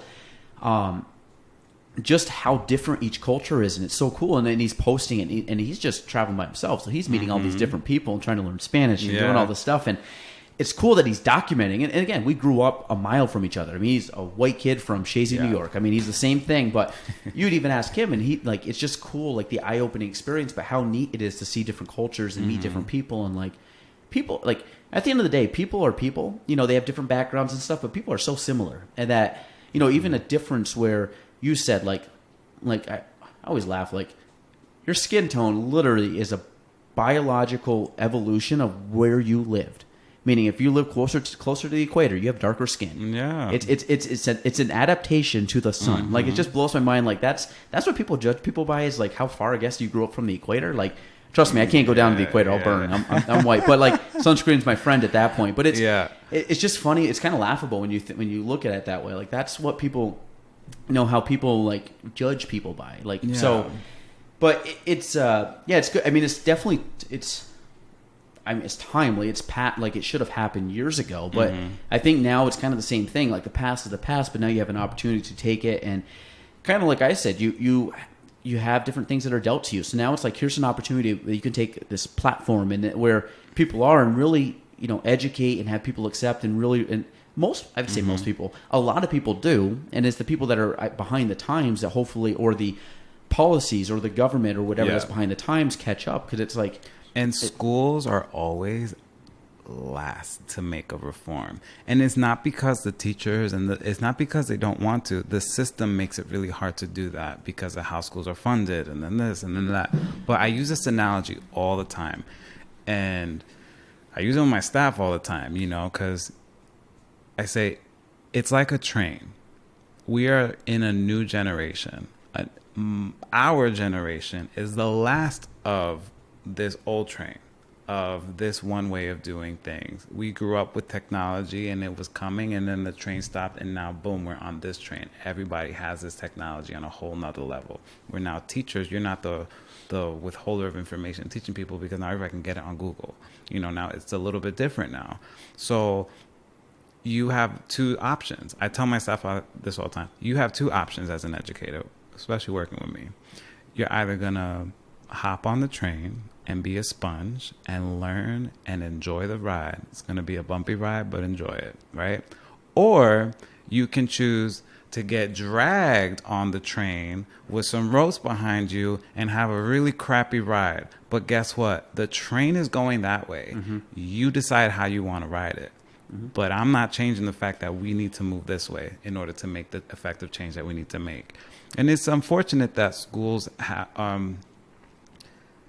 it's crazy because the way the world is now, you know, schools have had a bad rep, you know, the way they assess teachers and stuff. And it's really unfortunate because it's not, in my opinion, that's not where you should be putting your energy on. You know, there's a lot of reforms that can happen, and maybe this COVID thing will allow, because that's the combos I'm having at my table now. Like, what can we What have we learned from this that we can bring back to kind of, we've been using the term recalibrate. It's a perfect time to recalibrate what we're doing, you know, and a lot of schools are in that headspace right now. But it's that concept of you gotta be, we have to do things differently. We have to move in a certain direction, and you have to choose. Either you're going to be really, really stubborn or really complacent and just stick to what you know, stick to what you do, or you're going to hop on the train and let's go on this ride together and have a comfortable bumpy ride rather than being dragged and have a really bad bumpy ride. So the two things that kind of growing up a little bit, knowing like teaching, two things I want to ask you. Are these good things, bad things, or just things that need to evolve or be changed? Number one is like tenure of teachers, meaning like, you know what tenure, like obviously you serve a certain amount of years, then your tenure. Yeah. And I say that not from the standpoint of, I think it's great to protect good teachers. The problem is it makes it a nightmare to get rid of bad teachers. And I don't know if that's meaning that like once you're tenure, you have, good and bad, you have a lot of, I would say protection of your position, but I think that works good and bad. Meaning, if you have someone that's doing a lot of good things, it protects you from losing your job, but also it protects bad teachers or teachers that are doing stuff wrong or maybe not with the best intent from losing their job. I wouldn't necessarily look at it like that. You know, tenure is job security ish.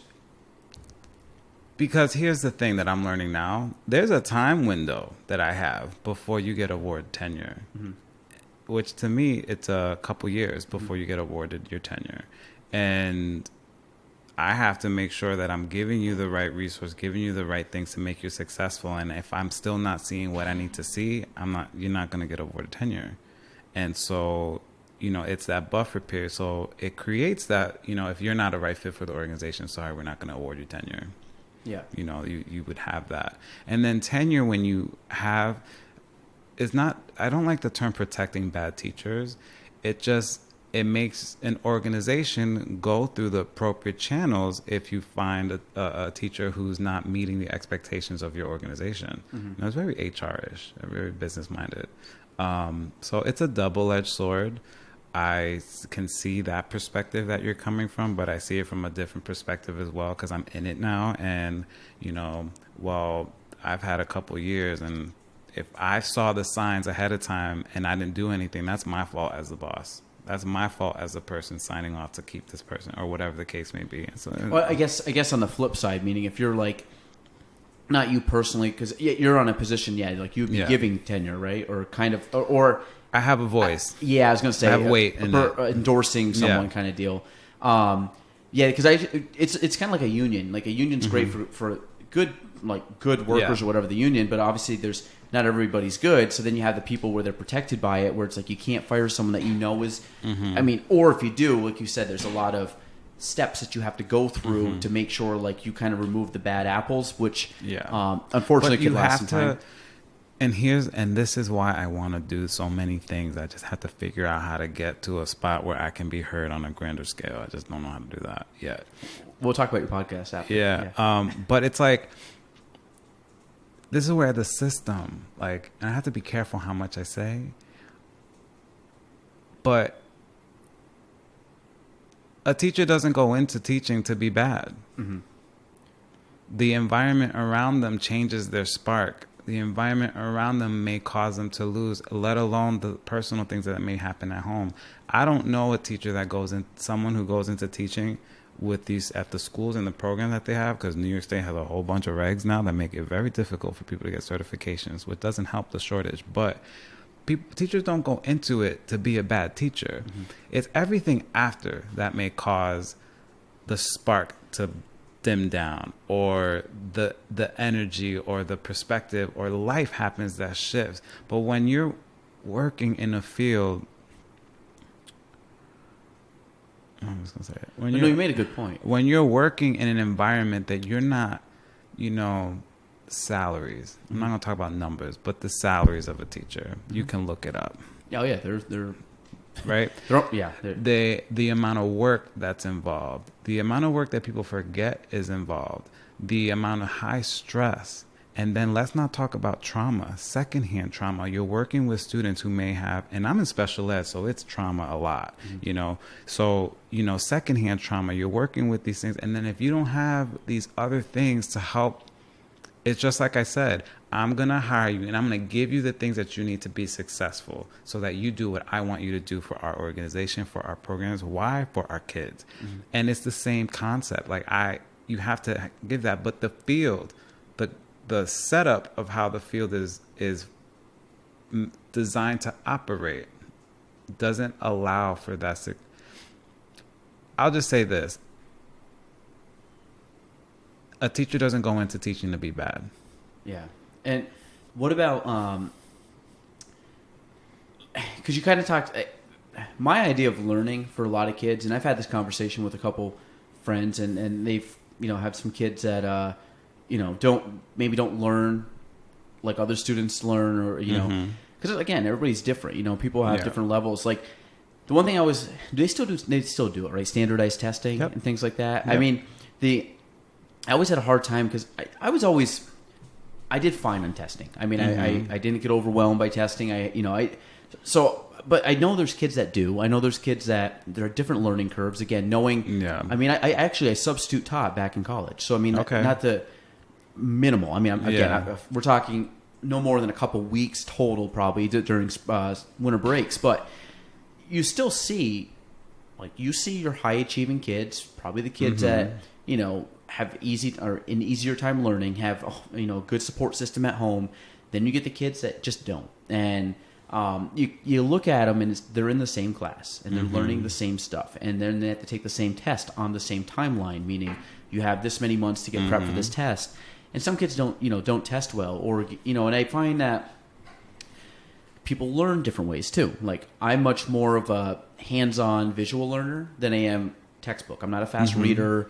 I actually think I've picked up like a mild dyslexia as I've gotten older. Like I've really struggled reading some stuff sometimes where I'm like, I don't know. I don't know if you can, you know, adapt that as you get older, but I've never done, but there's times like I've noticed over the last couple of years, I'm like, man, I don't know what I'm looking at, but it's still the idea that you know, I think that kids learn on such a different way and more hands-on. And I think that, like you said, learning, there's one thing that I've always like wished that schools implemented was more life skill like teaching, where it's more of like you said, money management. Like the fact that kids go to college and then go all the way through college and then go and like their job and then realize like nobody's ever taught me how to properly manage my money or invest or a whole host of just things that you don't think about that aren't ever taught. You know, and I think that I wish those were more put in, and I think they might be more. There are more. So there are, in New York State, you have a board of cooperative educational services, which is BOCES. So, and every state has their own type of thing. But in New York, so there are programs like that, you know. So everybody says, where I work, they say, oh, you work at CV Tech. No, I don't work at CV Tech. I work in CVES in special ed. But yeah, CV Tech is right there too. Yeah. So they have all those programs that they can do that. And my division has that life skills programs for the kids that are unable to obtain the academic rigor, and you have to teach them how to be as independent as possible, you know, outside of that. But you're right, we should be teaching more of that, and we still do that standardized testing piece. It's not necessarily my favorite, but that's, you know, for example, this, because of COVID, was the first year the regents have been canceled. Yeah. And I think God knows how long. Yeah. So I took them as growing up. Well, you must have too, right? Oh, yeah. New York, yeah. Yeah. So the fact that regents exams got canceled this year blew my mind. I was like, oh, granted, I was like, they need to, because I don't necessarily know how this was going to play out with COVID happening when things were really, really happening bad. But that's never happened before. So that's what I mean. This may or may not cause some rethinking, some reevaluation of things. I don't know, but I hope that it will. I hope it exposes some stuff, like you said, from the teaching aspect, from you know, working from home aspect for a lot of people, And I think there's a lot that will come out of it. And I think nothing else allows us to kind of slow down and reevaluate and then change and for the better. But the standardized testing, that was just one that I always thought was kind of growing up that is it really needed? There's don't get me wrong, there's positives to it because I think it does tell kids like, hey, you got to, and this is as I've gotten older, I didn't realize this back in school, but even if you don't do well in the test, just the buildup and the learning curve and the teaching and the working towards a big goal of passing your regents all year is a life skill for like anybody. Yeah. That, hey, maybe you had I was bad at science. Like science, I struggled at. I was bad at science. Yeah. But it was just one where like this to me, like I had to work extra hard for science. Where if I was going into like history regions, I was like, okay, I'm good. Like I can go in and I can ace this. So for me, like now looking back at it, it's still teaching kids good skills. Like I remember we did a senior project in my school, and the senior project is like its own class in itself. Like it's part of. I think it got tied into like English. So the teacher was the same, but it was a full on like report project. It took you like most of the year to do all the work, and it wasn't. Looking back at it now, it wasn't the end result. Like it wasn't like doing the project. And this was a very extensive. Took the entire year to do it. It was its own separate grade. It was a big thing, and a lot of people, it was funny because I remember hearing kids complain about it and parents complaining about it, and it was a mixture. You had like, was it fair or not fair to do? And I was again one of those kids. I was lucky at the time where I just worked hard. I had a good work ethic. Yeah. Same thing in sports. I wasn't the best athlete, but I did enough to make the team and play and stuff just through work. I wasn't. And trust me, I didn't have the gifted skills, but so you kind of look at the same thing where now I kind of look at it as it's not the end result. It's not like how good the project was. Yeah, you get a grade for it, but whatever. But it's like I learned more about just like discipline and just organization and like deeper thinking to do this project that we turned in at the end of the year. And it was huge binder of work and a couple presentations and things that you had to have done. And not just the knowledge you gained, but it was more the process of what you learned. And you look at that, like, you don't know that as a kid. Like, at 17, 18 years old, when you're doing it, you're thinking, here's this dumb project I got to do. It's going to take all this time, and all I'm doing is turning it in for a grade. But and this was something that, I remember there was a couple moments I was working at, and I remember vividly going in, and we had he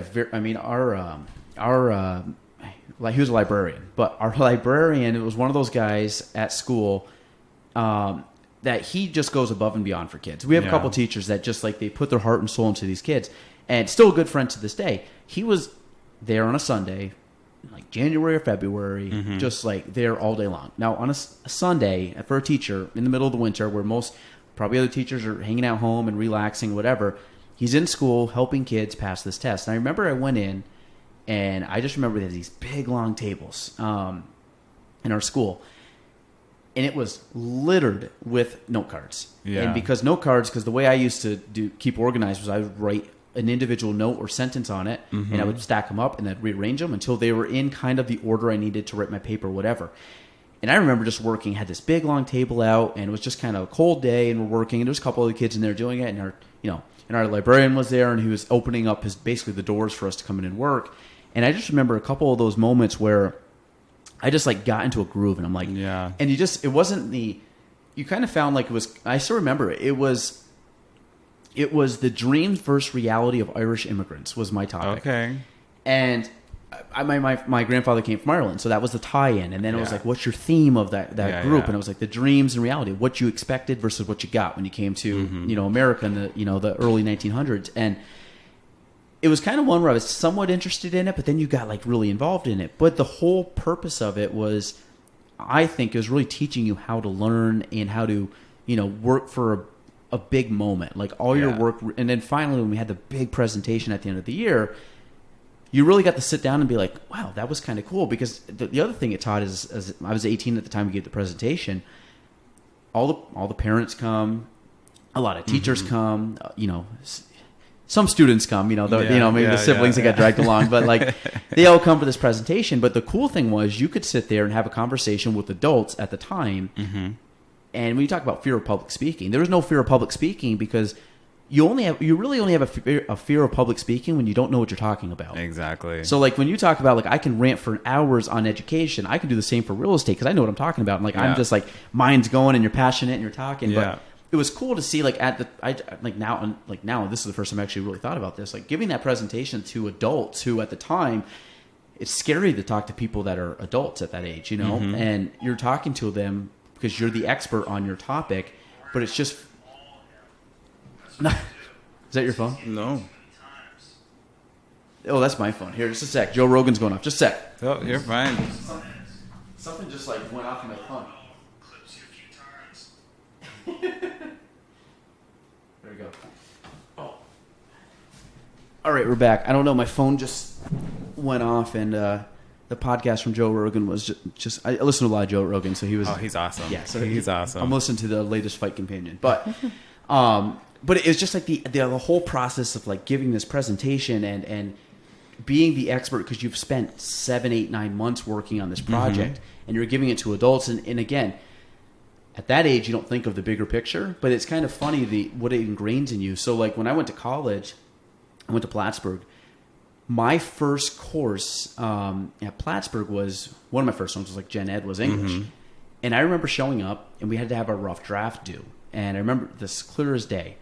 I spent same thing. I mean, I was 1 year removed from school, and I remember doing this whole paper and everything, and I like got it all ready for my rough draft, whatever, to bring it in. And it was like 8 to 10 pages. It was a pretty lengthy report at the time, and I forgot what the topic was, and brought it in and gave it to the teacher. Actually, I know what I think it was. I think it was should the legal drinking age be 21 or 18? A true college freshman report, right? So I bring this and I give the presentation. And then I look, and this kind of to your point, all of a sudden they go around the room. I would say out of a room of 20 kids, maybe 5 to 7 actually had a rough draft done. 10 of them weren't done, kind of like still doing it. Now, granted, our teacher was like, it's due by this date. So in my head, I'm like, paper due that date, get it done. And then there was one kid next to me that goes, oh yeah, so what were we supposed to write about the day the draft was due? So in my head, I'm like, are you kidding me? But that talked to like, again, the upbringing, like again, not everybody's the same. Some of it could have been laziness, but some of it could have been just kids didn't know how to write a paper. And that was kind of an eye opener for me because again, I went from, a small school at Shazy to Plattsburgh State, which it's not a huge college, but it is a diverse college. I mean, it's pretty diverse when you sit down and you have kids from all over the state, all over the world, really. Oh, yeah, you start getting immersed. So it's just kind of like, that was like an eye-opener to me from at least the education standpoint. But you talk about like training kids to learn by doing, like that was I learned more doing that senior project, I think, than a lot of stuff because I wasn't just listening to a teacher talk. Because it was project-based. It was project-based. You had a lot of soft skills in there that led up to that big end goal. And so you'll hear concepts now like project-based learning. That's a big wave, with integrating more hands-on type of projects towards one goal and then hitting the standards in just a different way. So that way that hands-on piece so that they can have the experience that's more memorable because it clearly impacted you for you to remember. All those details that you just spit out to me, it clearly impacted you that you remembered that. And that's what the teachers want is for those experiences to happen across the board. So how do you like the role of being an administrator? I do. You've embraced it now? I've embraced it, yeah. At first, when people said, oh, you should be an administrator, I'm like, no way. How old were you when you got that? When they told me, when I was first approached about being an administrator, I was 26. I mean, that's young. Yeah, and then I was 26 when someone was like, have you ever thought about administration? I looked at the person side-eyed like, girl, you crazy. No, I see the stress you go under. I don't need to do that. And then I got my internship at 27 and landed my full-time gig here at CVES at 28. 28. So administrator at 28. I mean, because at that point you're leading basically teachers that are probably twice your age in some cases. I had to go through this learning curve. I had, on one hand, I'm young, I'm new, fresh ideas, different type, I have energy and spunk. And then on the other hand, it's like I'm working with some really seasoned people, and I have to tell them this, like it.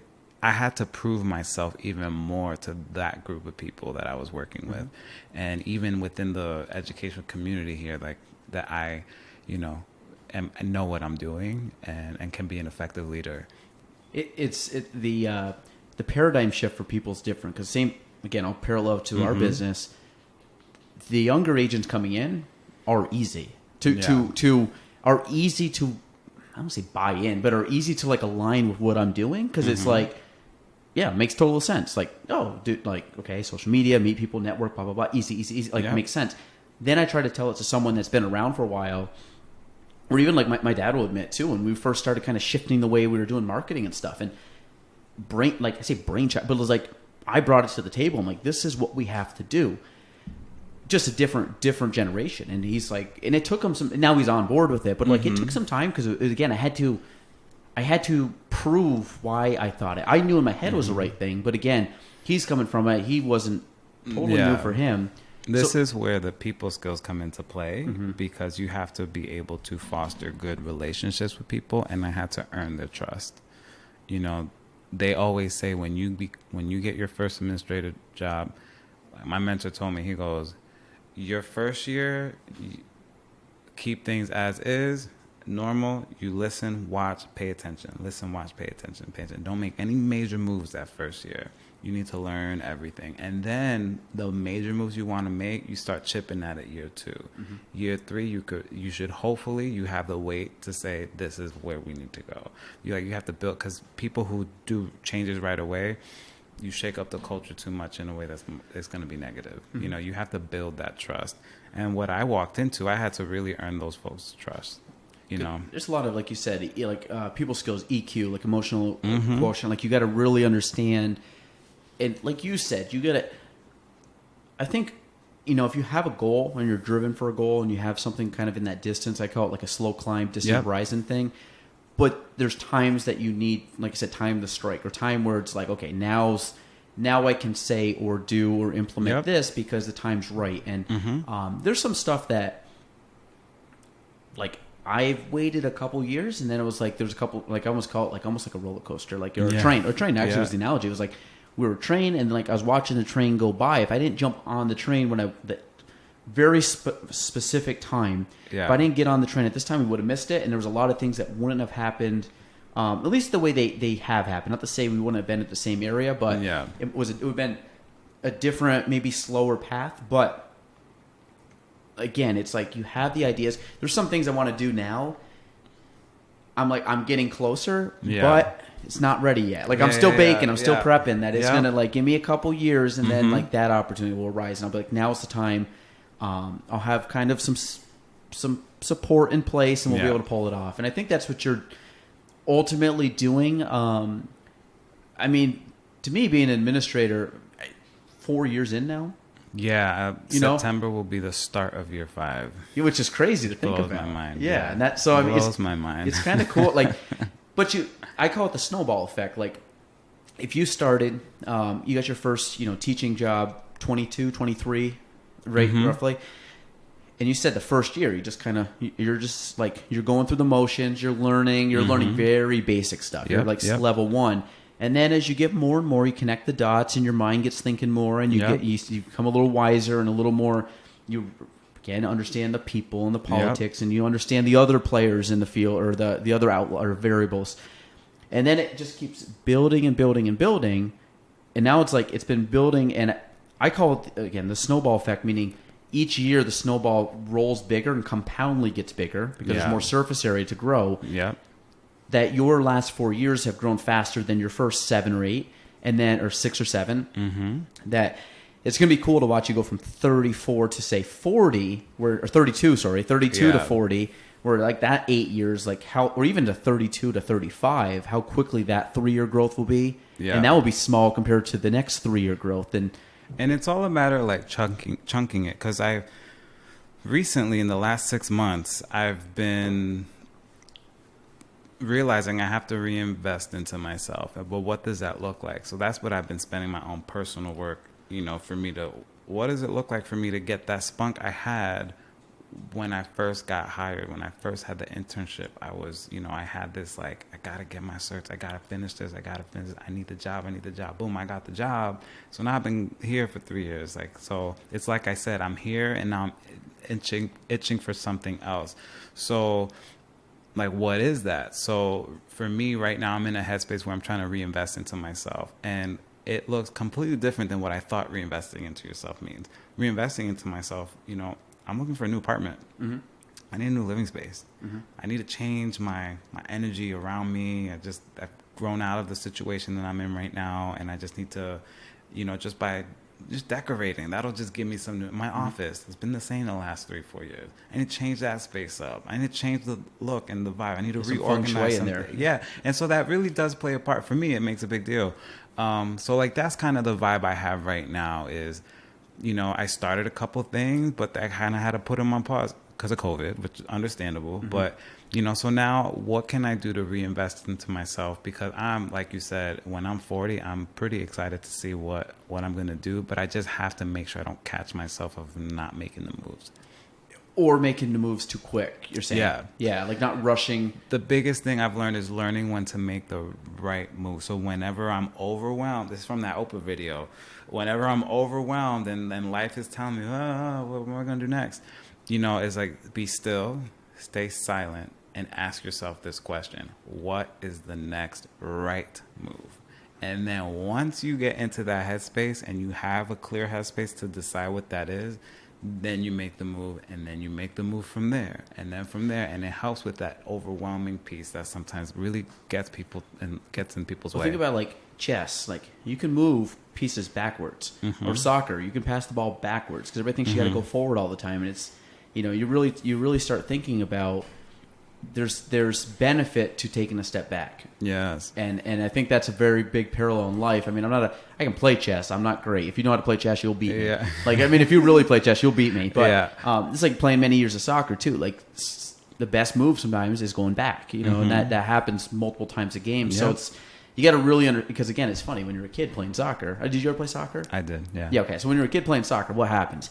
Usually the biggest, fastest kid gets the ball and runs. And then it's like the the snake game. Everybody follows, and it's just kind of mm-hmm. this big line of kids. Then you get a little bit more spacing as you get older, but everybody's still going forward. Yeah. And then eventually everybody kind of gets more aware of the game and a little more smart, and they're like, wait, I can pass back to that guy. Yeah. I don't always have to just drive it forward and lose the ball. And so I think that's a good analogy for the professional setting of you don't always have to, as much as I want to grow, taking a step back, like you said, having the poise to take a step back, take a deep breath, and say, "What's the next step?" Almost like a general or like an admiral or like a captain of a ship, being like, "Where do we have to go next?" It's mm-hmm. not always like just go forward. Like, and that's to me the defining piece of not just being a leader, but being an effective leader.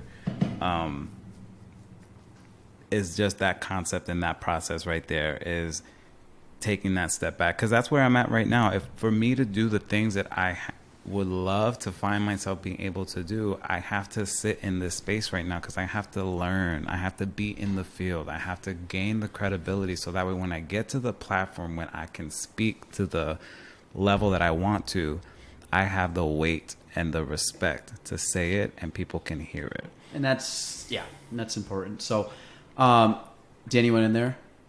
Yeah. That good? Partly because I got to go to the bathroom. But well, hey, I really appreciate coming on. I think part of it was, talking to you before. I think that you're doing a lot of really cool things within your field of education. I think taking the right approach, you know what I mean? I think like going forward, I think your approach is going to be something that will be beneficial. And I know speaking with you before, I'm excited to see the next 10 years and beyond. As you said, I'm not you like aging? Do I like aging? I mean, aging in the sense of, like I was just telling you before I got here, I'm like, I got this hip thing that's killing me. Like, I wish I was 20 physically at some stuff, but from a mental standpoint and from like a experience standpoint, like I just hit 30 this year. Uh-huh. Some people are like, like every year, like, oh, I hit 20, hit 30, hit 40, 50. Your 30s is different. I was pumped to hit 30. Yeah, me too. And I think the reason is 20s. You're finding yourself. Exactly. 30s, you know who you are. I think 20s are the hardest years because you're coming from a position that you don't know what you want to do. Uh-huh. You're still young. Yeah. You're in a financial, very like low place in the sense that you're living with mom and dad, or you're finding that, like you said, kind of going broke for a little bit of time. And I think most people were in that. I had a couple years where I was like, ooh, like, okay, like I got to really kind of navigate my way out of this. But my 30s, like, I'm a little more established in life. I have, I'm kind of getting the circle of friends and family and people that I want to be around, and meeting new people, like meeting you and meeting some other people recently. So I'm like, man, my 20s like kind of ended there, and it's the compound effect. I can't wait for the 30s. So far, so good. I'm going to be 33 in December, and it's exactly... Wait, when's your birthday again? You mentioned this. December 29th. I'm 24th, so Capricorn, love it. So December 29th, and it's true what they say. So the 30s is just different. You just know who you... In my case, I just knew who I was, not only just with work, but I did my personal work where I know who I am, and it's completely different ball game. So you learn, you look at things differently. You reflect on things a lot differently. And for me, it's working out very well. It must be a Capricorn thing, because there's a lot of Capricorn people I talk to that have a good mindset. Yes. I don't know anything about zodiacs. We're a creature of habit sometimes. We're really passionate about work. Are you kind of anal? Yeah, and so are particular, like attention to detail. I'm very meticulous. Yes and meticulous, no. Methodical. Yeah. But I'm in my 30s. I've learned I gotta live my life. Yeah. I work this hard. I gotta enjoy it too. And so I don't feel bad when I have to take time off. I used to. Yeah. But now I'm like, nope. I've worked hard for this. I earned it. That so self investment. Yeah. But yeah, thank you for having me on. I really appreciate it. It's been a great talk. I'm just put out there. I have a podcast called Mr. V's Principal Lens. You can find that on all platforms. I'm starting my podcast journey. Have a couple topics out there, so that's a place you can check me out. And you'll just hear me school leadership type things, talking about stuff, Is it Apple, Spotify, all of those, it, Stitcher, all those? Okay. Yep. And we'll put your handle in the show notes, and we'll put that in the show notes so people can find it. Sweet. And if they want to reach out to you, Instagram or something like that, be easy, or email or whatever. Yeah, that works. What is it? Just so people know. You can find me on Twitter at Danny JAY87. And that's pretty much my handle across Facebook and Twitter. And then on for the podcast, you just look up Mr. V's Principal Lens, and you'll find it. Perfect. Cool. Danny, thank you for coming on. Thank you so much. And great shirt. I told him I had to rep. He wore our shirt in, and I said, "Look at this guy. He's ready to crush." He came prepared. Okay, episode 77, the Gaelan Trombley Show. Thanks for listening to the Gaelan Trombley Show. If you want to reach me, you can go on Facebook at Gaelan Trombley, on Instagram at Gaelan Trombley, and on YouTube at Gaelan Trombley. The spelling, GaelanTrombley.